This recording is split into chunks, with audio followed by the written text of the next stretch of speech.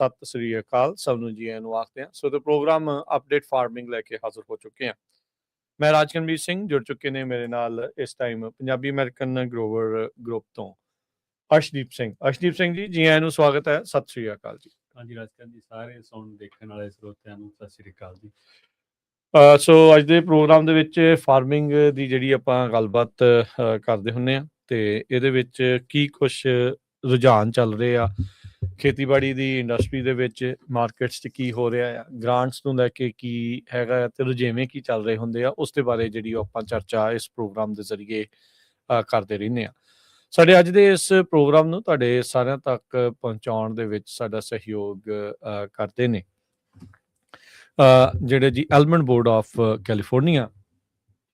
ਬਦਾਮਾਂ ਦੇ ਬਾਬਤ ਇਹ ਜਿਹੜਾ ਸਭ ਤੋਂ ਅਹਿਮ ਬੋਰਡ ਮੰਨਿਆ ਜਾਂਦਾ ਹੈ ਪੂਰੇ ਕੈਲੀਫੋਰਨੀਆ ਵਿੱਚ। ਬਦਾਮਾਂ ਦੇ ਕਿਸਾਨਾਂ ਦੇ ਲਈ ਪ੍ਰੋਸੈਸਰਸ ਦੀ ਜਿਹੜੀ ਇਹ ਗੱਲ ਅਕਸਰ ਕਰਦੇ ਰਹਿੰਦੇ ਆ।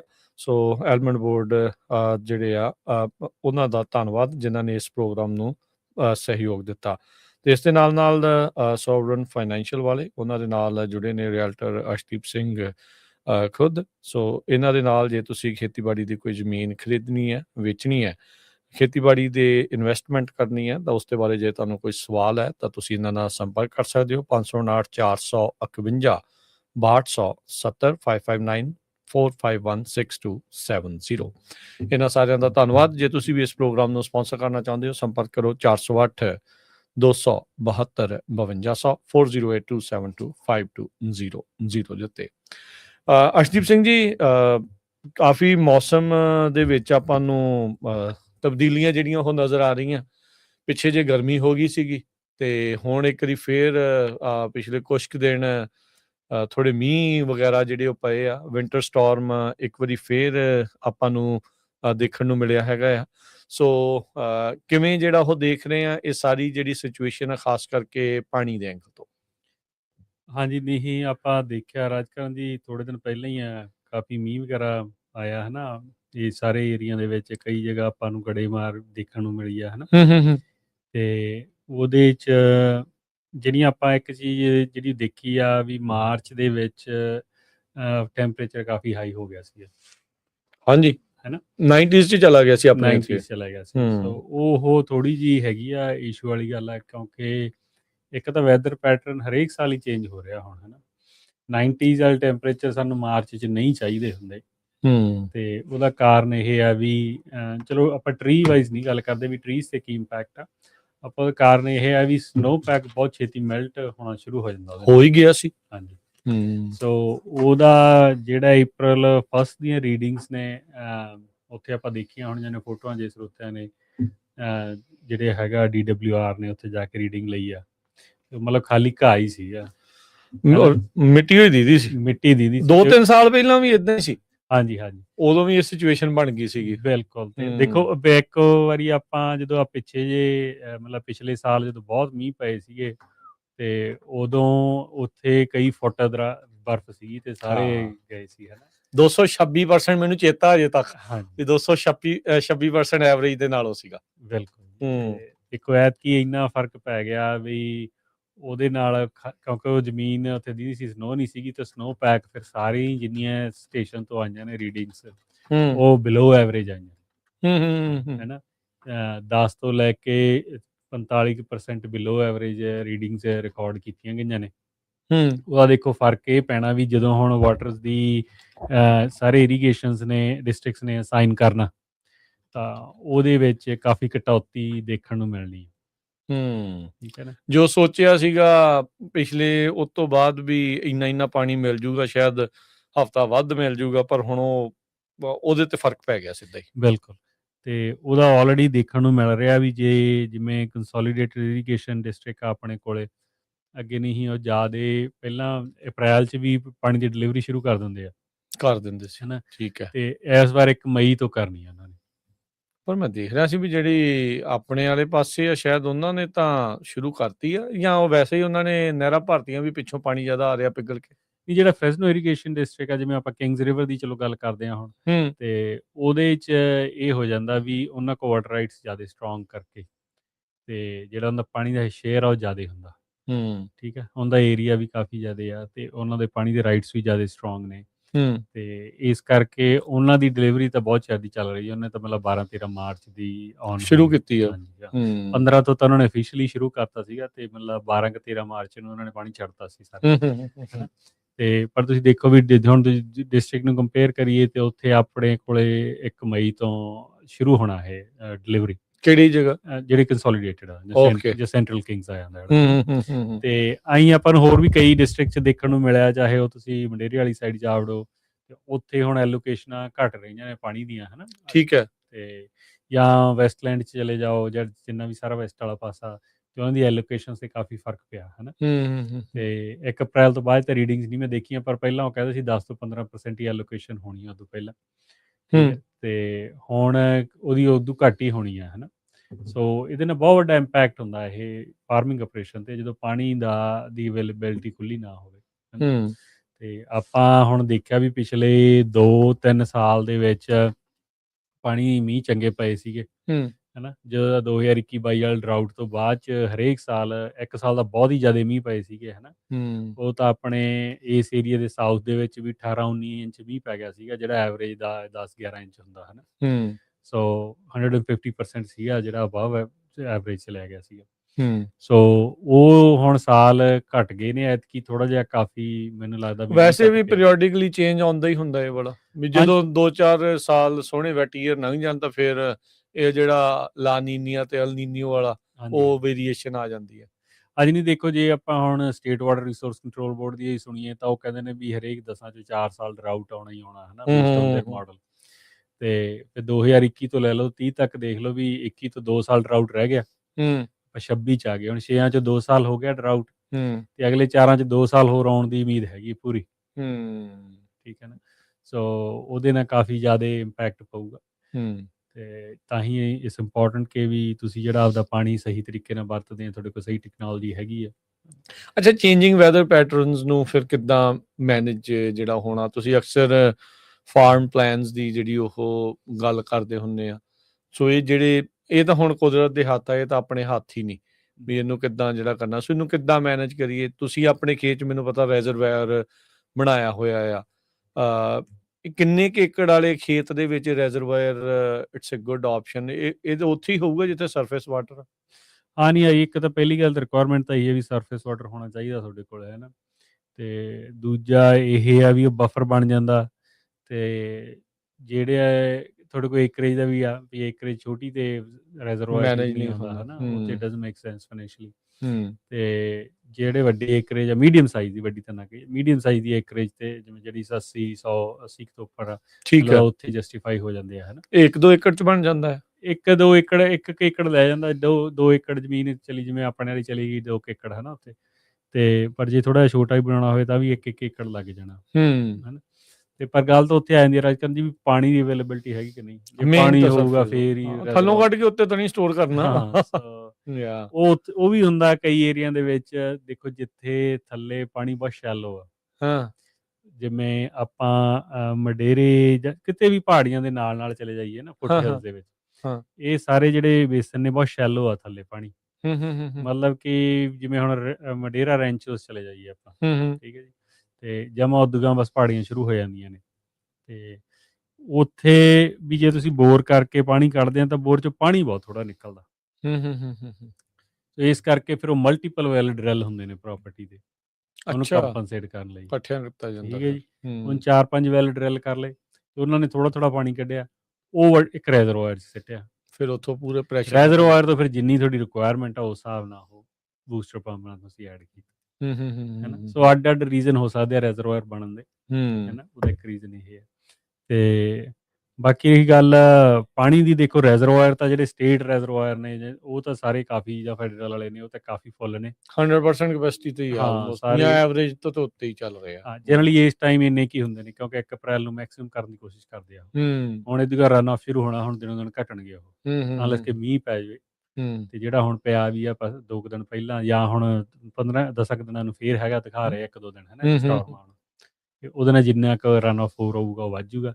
ਬਟ ਨਹੀਂ, ਹੁਣ ਡਿਲੀਵਰੀਆਂ ਸ਼ੁਰੂ ਹੋ ਗਈਆਂ, ਹੁਣ ਰਿਜ਼ਰਵਾਇਰ ਦਾ ਲੈਵਲ ਘਟਣਾ ਹੀ ਆ ਦਿਨੋਂ ਦਿਨ। ਮੈਂ ਵੀਕਐਂਡ ਦੇ ਉੱਤੇ ਅਰਸ਼ਦੀਪ ਸਿੰਘ ਸਿਆਰਾ ਨਵਾਡਾਸ ਦੇ ਵਿੱਚ ਸੀਗਾ। ਰੀਨੋ ਗੁਰਦੁਆਰਾ ਸਾਹਿਬ ਗਏ ਸੀ ਨਗਰ ਕੀਰਤਨ ਦੇ, ਵਾਪਸੀ 'ਚ ਸਨੋ ਸਟਾਰਮ 'ਚ ਫਸ ਗਏ ਸੀਗੇ। ਕਾਫੀ ਘੰਟੇ ਜਿਹੜੇ ਆ ਉੱਥੇ ਜਿਹੜੇ ਉਹ ਲੱਗ ਗਏ। ਓਬਵੀਅਸਲੀ ਜਦੋਂ ਸਟਾਰਮ ਆ ਗਿਆ ਤਾਂ ਫਿਰ ਇਦਾਂ ਹੀ ਹੁੰਦਾ ਆ ਵੀ ਬੰਦਾ ਫਸ ਜਾਂਦਾ, ਪਰ ਇਹ ਵੀ ਬਰਫ਼ ਸੋਹਣੀ ਪੈ ਰਹੀ ਸੀ। ਇੱਥੋਂ ਤੱਕ ਕਿ ਮੈਂ ਨੋਟ ਕੀਤਾ ਵੀ 4000 ਫੁੱਟ ਜਾਂ 3500 ਫੁੱਟ ਦੀ ਉਚਾਈ ਤੱਕ ਵੀ ਚੰਗੀ ਬਰਫ਼ਬਾਰੀ ਜਿਹੜੀ ਉੱਥੇ ਹੋ ਰਹੀ ਸੀਗੀ।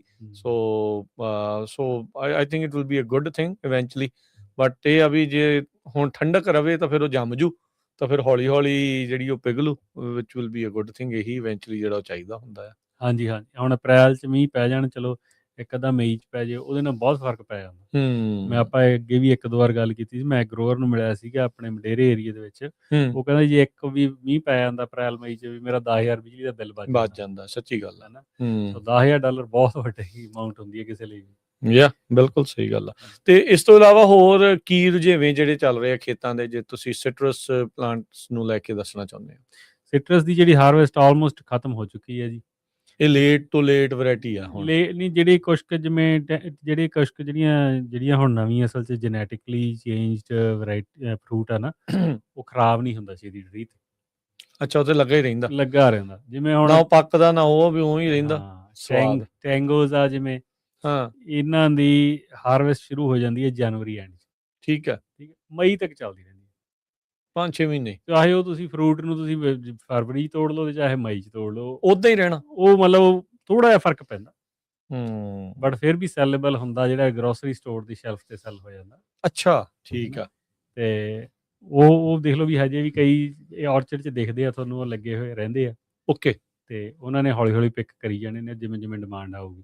ਹਾਂ, ਕਿਉਂਕਿ ਰੀਸੈਂਟਲੀ ਮੈਨੂੰ ਮੌਕਾ ਮਿਲਿਆ ਸੀਗਾ ਆਪਣਾ ਇੱਕ ਪੈਕਿੰਗ ਹਾਊਸ ਜਾ ਕੇ ਦੇਖਣ ਦਾ ਸਿਟਰਸ ਦਾ। ਅੱਛਾ, ਇੱਥੇ ਲੋਕਲੀ ਸਿੰਗਰ। ਠੀਕ ਹੈ। ਠੀਕ ਹੈ ਜੀ। ਤੇ ਉੱਥੇ ਉਹਨਾਂ ਨੇ ਦਿਖਾਇਆ ਵੀ ਜਿਹੜੀ ਸਾਰੀ ਪ੍ਰੋਸੈਸ ਕਿਵੇਂ ਆ, ਹਨਾ, ਕਨਵੇਂਸ ਕਿਵੇਂ ਆ, ਸਾਰੀ ਆਟੋਮੇਟਡ ਸੀ ਉਹਨਾਂ ਦੀ, ਜਿਹੜੀ ਬੰਦੇ ਸੀਗੇ ਅਪ ਕਿ ਟੂ ਨਹੀਂ? ਪੈਕਿੰਗ ਤੱਕ। ਬੰਦੇ ਘੱਟ ਸੀ? ਜੇ ਉਹ ਜਿੱਥੋਂ ਫਰੂਟ ਡੰਪ ਹੁੰਦਾ ਸੀ, ਜਿੱਥੇ ਪੈਕਿੰਗ ਬਾਕਸ ਪੈਂਦਾ ਸੀ, ਉੱਥੇ ਤੱਕ ਸਿਰਫ ਮਤਲਬ 5 ਕੁ ਬੰਦੇ ਹੀ ਸੀਗੇ ਕਿ ਪੂਰੀ ਅਸੈਂਬਲੀ ਲਾਈਨ 'ਚ? ਮਤਲਬ 5 ਬੰਦੇ ਹੀ ਟੱਚ ਕਰਦੇ ਸੀ ਉਹਨੂੰ ਫਰੂਟ। ਹੂੰ, ਵੀ ਬੰਦੇ ਮਲਟੀਪਲ ਹੋ ਸਕਦੇ ਇੱਕ ਪੁਆਇੰਟ ਤੇ। ਹੂੰ। ਤੇ ਜਿਵੇਂ ਡੰਪਿੰਗ ਆਟੋਮੇਟਡ ਆ, ਫਿਰ ਉਹ ਜਿਹੜੀ ਉਹ 'ਚ ਧੋਣੇ ਆ ਉਹ ਵੀ ਸਾਰੀ ਆਟੋਮੇਟਡ ਆ, ਵੈਕਸ ਵੀ ਆਟੋਮੇਸ਼ਨ ਦੇ ਨਾਲ ਹੀ ਆ। ਫਿਰ ਉਹ ਫਰੂਟ ਦਾ ਸਾਈਜ਼ਿੰਗ ਵੀ ਕਨਵੇਂਸ ਤੇ ਅੱਡ ਹੋ ਜਾਂਦਾ, ਆਪਣੇ ਵੱਖੋ ਵੱਖਰੇ ਥਾਂ ਤੇ ਪਹੁੰਚ ਉਹ ਜਿਹੜੀ ਜੌਬ ਬੰਦੇ ਦੀ ਜੌਬ ਇਹ ਨਹੀਂ ਸੀਗੀ ਵੀ ਉੱਥੇ ਫਰੂਟ ਚੱਕ ਕੇ, ਉਹਨਾਂ ਦੀ ਬੰਦੇ ਦੀ ਇਹ ਸੀ ਕੋਈ ਕੰਪਿਊਟਰ ਤੇ ਖੜਾ ਸੀ, ਕੋਈ ਸਕੈਨਰ ਤੇ ਖੜਾ ਸੀਗਾ, ਮੇਕ ਸ਼ੋਰ ਵੀ ਮਸ਼ੀਨਾਂ ਸਹੀ ਚੱਲਦੀਆਂ। ਹਾਂ, ਵੀ ਕੋਈ ਕਿਤੇ ਫਰੂਟ ਤਾਂ ਨਹੀਂ ਸਟਕ ਹੋ ਗਿਆ, ਕੋਈ ਚੀਜ਼ ਗਲਤ ਤਾਂ ਨਹੀਂ ਆ ਰਹੀ। ਅੱਛਾ, ਇੱਕ ਫਰੂਟ ਦੀ 24 ਪਿਕਚਰਾਂ ਲੈ ਰਹੇ ਆ ਉਹ, ਹਰੇਕ ਦੀ ਇੱਕ ਸਿੰਗਲ ਸੰਤਰੇ ਦੀ। ਅੱਛਾ, ਹਾਂਜੀ। ਤੇ ਇਹ ਨਵਾਂ ਪੈਕਿੰਗ ਹਾਊਸ ਬਣਿਆ 3 ਸਾਲ ਪਹਿਲੇ। ਪੂਰੀ ਐਡਵਾਂਸਡ ਆ। ਪੂਰੀ ਐਡਵਾਂਸ, ਤੇ ਉਹ ਪਿਕਚਰ ਨਹੀਂ ਦੱਸਦੇ ਆ ਉਹ ਵੀ ਕਿਹੜੇ ਰੱਖਣਾ ਤੇ ਕਿਹੜਾ ਕੱਢਣਾ, ਕਿਹੜਾ ਫੈਂਸੀ ਆ, ਕਿਹੜਾ ਫਰੂਟ ਜੂਸ 'ਚ ਜਾਣਾ, ਕਿਹੜਾ ਕਾਹਦੇ 'ਚ ਜਾਣਾ, ਕਿੱਡਾ ਸਾਈਜ਼ ਆ। ਇੰਨੀ ਟੈਕਨੋਲੋਜੀ ਆ। ਇੰਨੀ ਟੈਕਨੋਲੋਜੀ ਤੇ ਡਿਸੀਜਨ ਉਹਦੇ ਆਪਣੇ ਆ। ਡਿਸੀਜਨ ਆ ਸੌਫਟਵੇਅਰ ਆਪੇ ਹੀ ਬਣਾਈ ਜਾਂਦਾ। ਇਹ ਨਹੀਂ ਆ ਵੀ ਕਿਸੇ ਨੇ ਤੇ ਕਰਨਾ। ਉੱਥੇ ਮੂਹਰੇ ਬਿੰਨ ਪਏ, ਉਹਨਾਂ 'ਚ ਆਪੇ ਜਾ ਕੇ ਡਿੱਗੀ ਜਾਂਦਾ ਵੀ ਇਹ ਭਾਈ ਵਧੀਆ ਵਾਲੇ ਨੇ, ਘਟੀਆ ਵਾਲੇ ਨੇ, ਹਨਾ। ਤੇ ਕਹਿੰਦਾ ਮਤਲਬ ਇਹ ਆ ਵੀ ਉੱਥੇ ਜਿਹੜਾ ਮੈਨੂੰ ਜਿਹੜੀ ਨਵੀਂ ਚੀਜ਼ ਸਿੱਖਣ ਨੂੰ ਮਿਲੀ, ਕਿਉਂਕਿ ਮੈਨੂੰ ਐਂ ਲੱਗਦਾ ਸੀ ਵੀ ਸਿਟਰਸ ਬੜਾ ਚਿਰ ਕੋਲਡ ਸਟੋਰੇਜ 'ਚ ਨਹੀਂ ਰਹਿੰਦਾ। ਤੇ ਉਹਨਾਂ ਨੇ ਮੈਨੂੰ ਦੱਸਿਆ ਵੀ 6 ਤੋਂ 8 ਹਫ਼ਤੇ ਵੀ ਉਹ ਰੱਖ ਲੈਂਦੇ ਆ, ਸਰਵਾਈਵ ਕਰ ਜਾਂਦਾ ਜਿਹੜਾ ਮੇਰੇ ਲਈ ਨਵੀਂ ਚੀਜ਼ ਸੀਗੀ ਸਿੱਖਣ ਨੂੰ। ਮੈਂ ਮੈਨੂੰ ਐਂ ਸੀਗਾ ਵੀ ਹਫ਼ਤੇ 'ਚ ਫਰੂਟ ਚਲਾਇਆ ਜਾਂਦਾ ਗਰੋਸਰੀ ਆਪੋ ਆਪਣੀ ਥਾਂ। ਹਾਂ, ਪਰ ਇਹ 1.5 ਤੋਂ 2 ਮਹੀਨੇ ਦੀ ਗੱਲ ਕਰ ਦਿੰਦੇ। ਕਹਿੰਦੇ ਵੀ 6 ਤੋਂ 8 ਹਫ਼ਤੇ ਅਸੀਂ ਰੱਖ ਲੈਂਦੇ ਆ, ਡਿਪੈਂਡਿੰਗ ਅਪਨ ਵੈਰਾਈਟੀਜ਼। ਤੇ ਵੀ ਉੱਥੇ ਸਟੋਰ ਕਰਕੇ ਤੇ ਨਾਲ ਦੀ ਨਾਲ ਪੈਕ ਹੋ ਕੇ ਚਲੀ ਜਾਂਦਾ। ਖਾਸ ਕਰਕੇ ਜਿਹੜਾ ਪ੍ਰੋਡਕਟ ਬਾਹਰ ਨੂੰ ਸ਼ਿਪ ਹੁੰਦਾ ਉਹਨੂੰ ਤਾਂ ਟਾਈਮ ਲੱਗ ਜਾਂਦਾ, ਜਿਵੇਂ ਚਾਈਨਾ ਜਾਂਦਾ, ਕੋਰੀਆ ਜਾਂਦਾ, ਤੇ ਆਪਣੇ ਜਾਪਾਨ ਜਾਂਦਾ। ਉਹ ਜਿਹੜਾ ਸਾਰਾ ਫਰੂਟ ਸ਼ਿਪ ਹੁੰਦਾ ਉਹਨੂੰ ਤਾਂ ਸ਼ਿਪ ਤੇ ਕਿੰਨਾ ਟਾਈਮ ਲੱਗ ਜਾਂਦਾ, ਨਹੀਂ ਤਾਂ ਉਹ ਖਰਾਬ ਹੋ ਜੇ, ਹੈਨਾ। ਸੋ ਉਹ ਸਰਟਨ ਟੈਂਪਰੇਚਰ ਰਹਿੰਦਾ ਕੋਲਡ ਸਟੋਰੇਜ 'ਚ ਹੀ ਆ। ਹਾਂ, 44-45 ਡਿਗਰੀ ਟੈਂਪਰੇਚਰ ਤੇ ਸੀਗਾ ਉਹਦਾ ਰੱਖਿਆ ਹੋਇਆ। ਤੇ ਉਹ ਕਹਿੰਦੇ ਵੀ ਪਰ ਜੇ ਕੇਰਾ ਟੈਂਪਰੇਚਰ ਫਲਕਚੁਏਟ ਹੋ ਗਿਆ ਫਿਰ ਖਰਾਬ ਹੋ ਜਾਂਦਾ, ਫਿਰ ਉਹ ਵੇਚਣਾ ਹੀ ਪੈਂਦਾ ਕਹਿੰਦੇ। ਫਿਰ ਸੋ ਇੱਕ ਸਿਟਰਸ ਦਾ ਰੁਝੇਵਿਆਂ 'ਚ ਆਪਾਂ ਗੱਲ ਕਰ ਗਾਹਾਂ ਨਿਕਲ ਗਏ ਵੀ ਇਹ ਸਿਟਰਸ ਦੀ ਹਾਰਵੈਸਟ ਆਲਮੋਸਟ ਖਤਮ ਆ ਜੀ, ਹਨਾ। ਤੇ ਜਿਹੜੀਆਂ ਹੁਣ ਦੂਜੀਆਂ ਚੱਲ ਪੈਣੀਆਂ ਨੇ ਆਪਣੀਆਂ ਬਲੂਬੇਰੀ, ਪੀਚਸ, ਹਨਾ, ਗ੍ਰੇਪਸ। ਉਹ ਤੋਂ ਬਾਅਦ 'ਚ ਫਿਰ ਬਦਾਮ ਆਪਾਂ ਉਹਨਾਂ ਟਾਈਮਾਂ 'ਚ ਆਉਂਦੇ ਜਾਂਦੇ ਆ। ਤੇ ਜਿਹੜਾ ਗਰਮੀ ਵਾਲਾ ਸਮਾਂ ਹੁੰਦਾ ਉਹ ਗਰਮੀ ਬਹੁਤ ਪੈਂਦੀ ਹੈ ਤੇ ਖੇਤਾਂ 'ਚ ਕੰਮ ਵੀ ਹੁੰਦਾ। ਪਲਮ ਸੋਹਣੇ ਲੱਗੇ ਆ। ਹਾਂ, ਪੀਚ ਪੂਚ ਲੱਗ ਰਹੇ ਆ ਹੁਣ, ਪਲਮ, ਪੀਚ ਉਹ ਹੁਣ ਨੇੜੇ ਆ। ਫਰਟੀਲਾਈਜ਼ਰ ਪੈ ਰਹੇ ਆ। ਫਰਟੀਲਾਈਜ਼ਰ ਲੱਗ ਗਿਆ, ਜਿਵੇਂ ਸਿਟਰਸ 'ਚ ਦੱਸ ਸਕਦਾ ਮੈਂ। ਸਿਟਰਸ 'ਚ ਅਸੀਂ ਇੱਕ ਵਾਰ ਸਾਡੀ ਇੱਕ ਸਪਰੇਅ ਹੋ ਗਈ ਆ, ਜਿਹੜੀ ਬਲੂਮ ਸਪਰੇਅ ਹੋਣੀ ਸੀਗੀ, ਤੇ ਪ੍ਰੀ ਬਲੂਮ, ਤੇ ਉਦੋਂ ਬਾਅਦ 'ਚ ਅਸੀਂ ਇੱਕ ਵਾਰੀ ਫਰਟੀਲਾਈਜ਼ਰ ਐਡ ਕਰਤਾ, ਜਿਵੇਂ ਆਪਾਂ ਮਲਟੀਪਲ ਸ਼ਾਟਸ 'ਚ ਕਰਦੇ ਹਾਂ, ਬਟ ਇੱਕ ਵਾਰੀ ਦਾ ਜਿਹੜਾ ਸਿੰਥੈਟਿਕ ਫਰਟੀਲਾਈਜ਼ਰ ਉਹ ਐਡ ਹੋ ਗਿਆ ਮਾਰਚ 'ਚ ਐਂਡ 'ਚ। ਤੇ ਹੁਣ ਆਪਾਂ ਵੇਟ ਕਰਦੇ ਹਾਂ, ਘਾਹ ਵੀਡ ਮੈਨੇਜਮੈਂਟ, ਇਹ ਸਾਰੀਆਂ ਚੀਜ਼ਾਂ ਚੱਲ ਰਹੀਆਂ ਨੇ, ਹੈ ਨਾ। ਹਰਬੀਸਾਈਡ ਦੀ, ਹਾਂਜੀ। ਤੇ ਹੁਣ ਛੇਤੀ ਹੀ ਮਤਲਬ ਦੂਜਾ ਸ਼ਾਟ ਲੱਗ ਜੂਗਾ, ਜਿਹੜਾ ਕੈਨ 70 ਜਾਂ ਜਿਹੜਾ ਵੀ UN32 ਜਿਹੜਾ ਵੀ ਲਾਉਣਾ ਨਾਈਟ੍ਰੋਜਨ ਦਾ, ਹੈ ਨਾ। ਠੀਕ ਆ। ਤੇ ਉਦੋਂ ਬਾਅਦ ਤਾਂ ਹੁਣ ਇਰੀਗੇਸ਼ਨ ਜ਼ਿਆਦਾ ਜ਼ਰੂਰੀ ਹੋ ਜਾਂਦੀ ਹੈ ਗਰਮੀਆਂ 'ਚ ਆ ਕੇ, ਤਾਂ ਪਾਣੀ ਕੰਟੀਨਿਊਸਲੀ। ਪਾਣੀ ਕੰਟੀਨਿਊ। ਠੀਕ ਹੈ ਜੀ।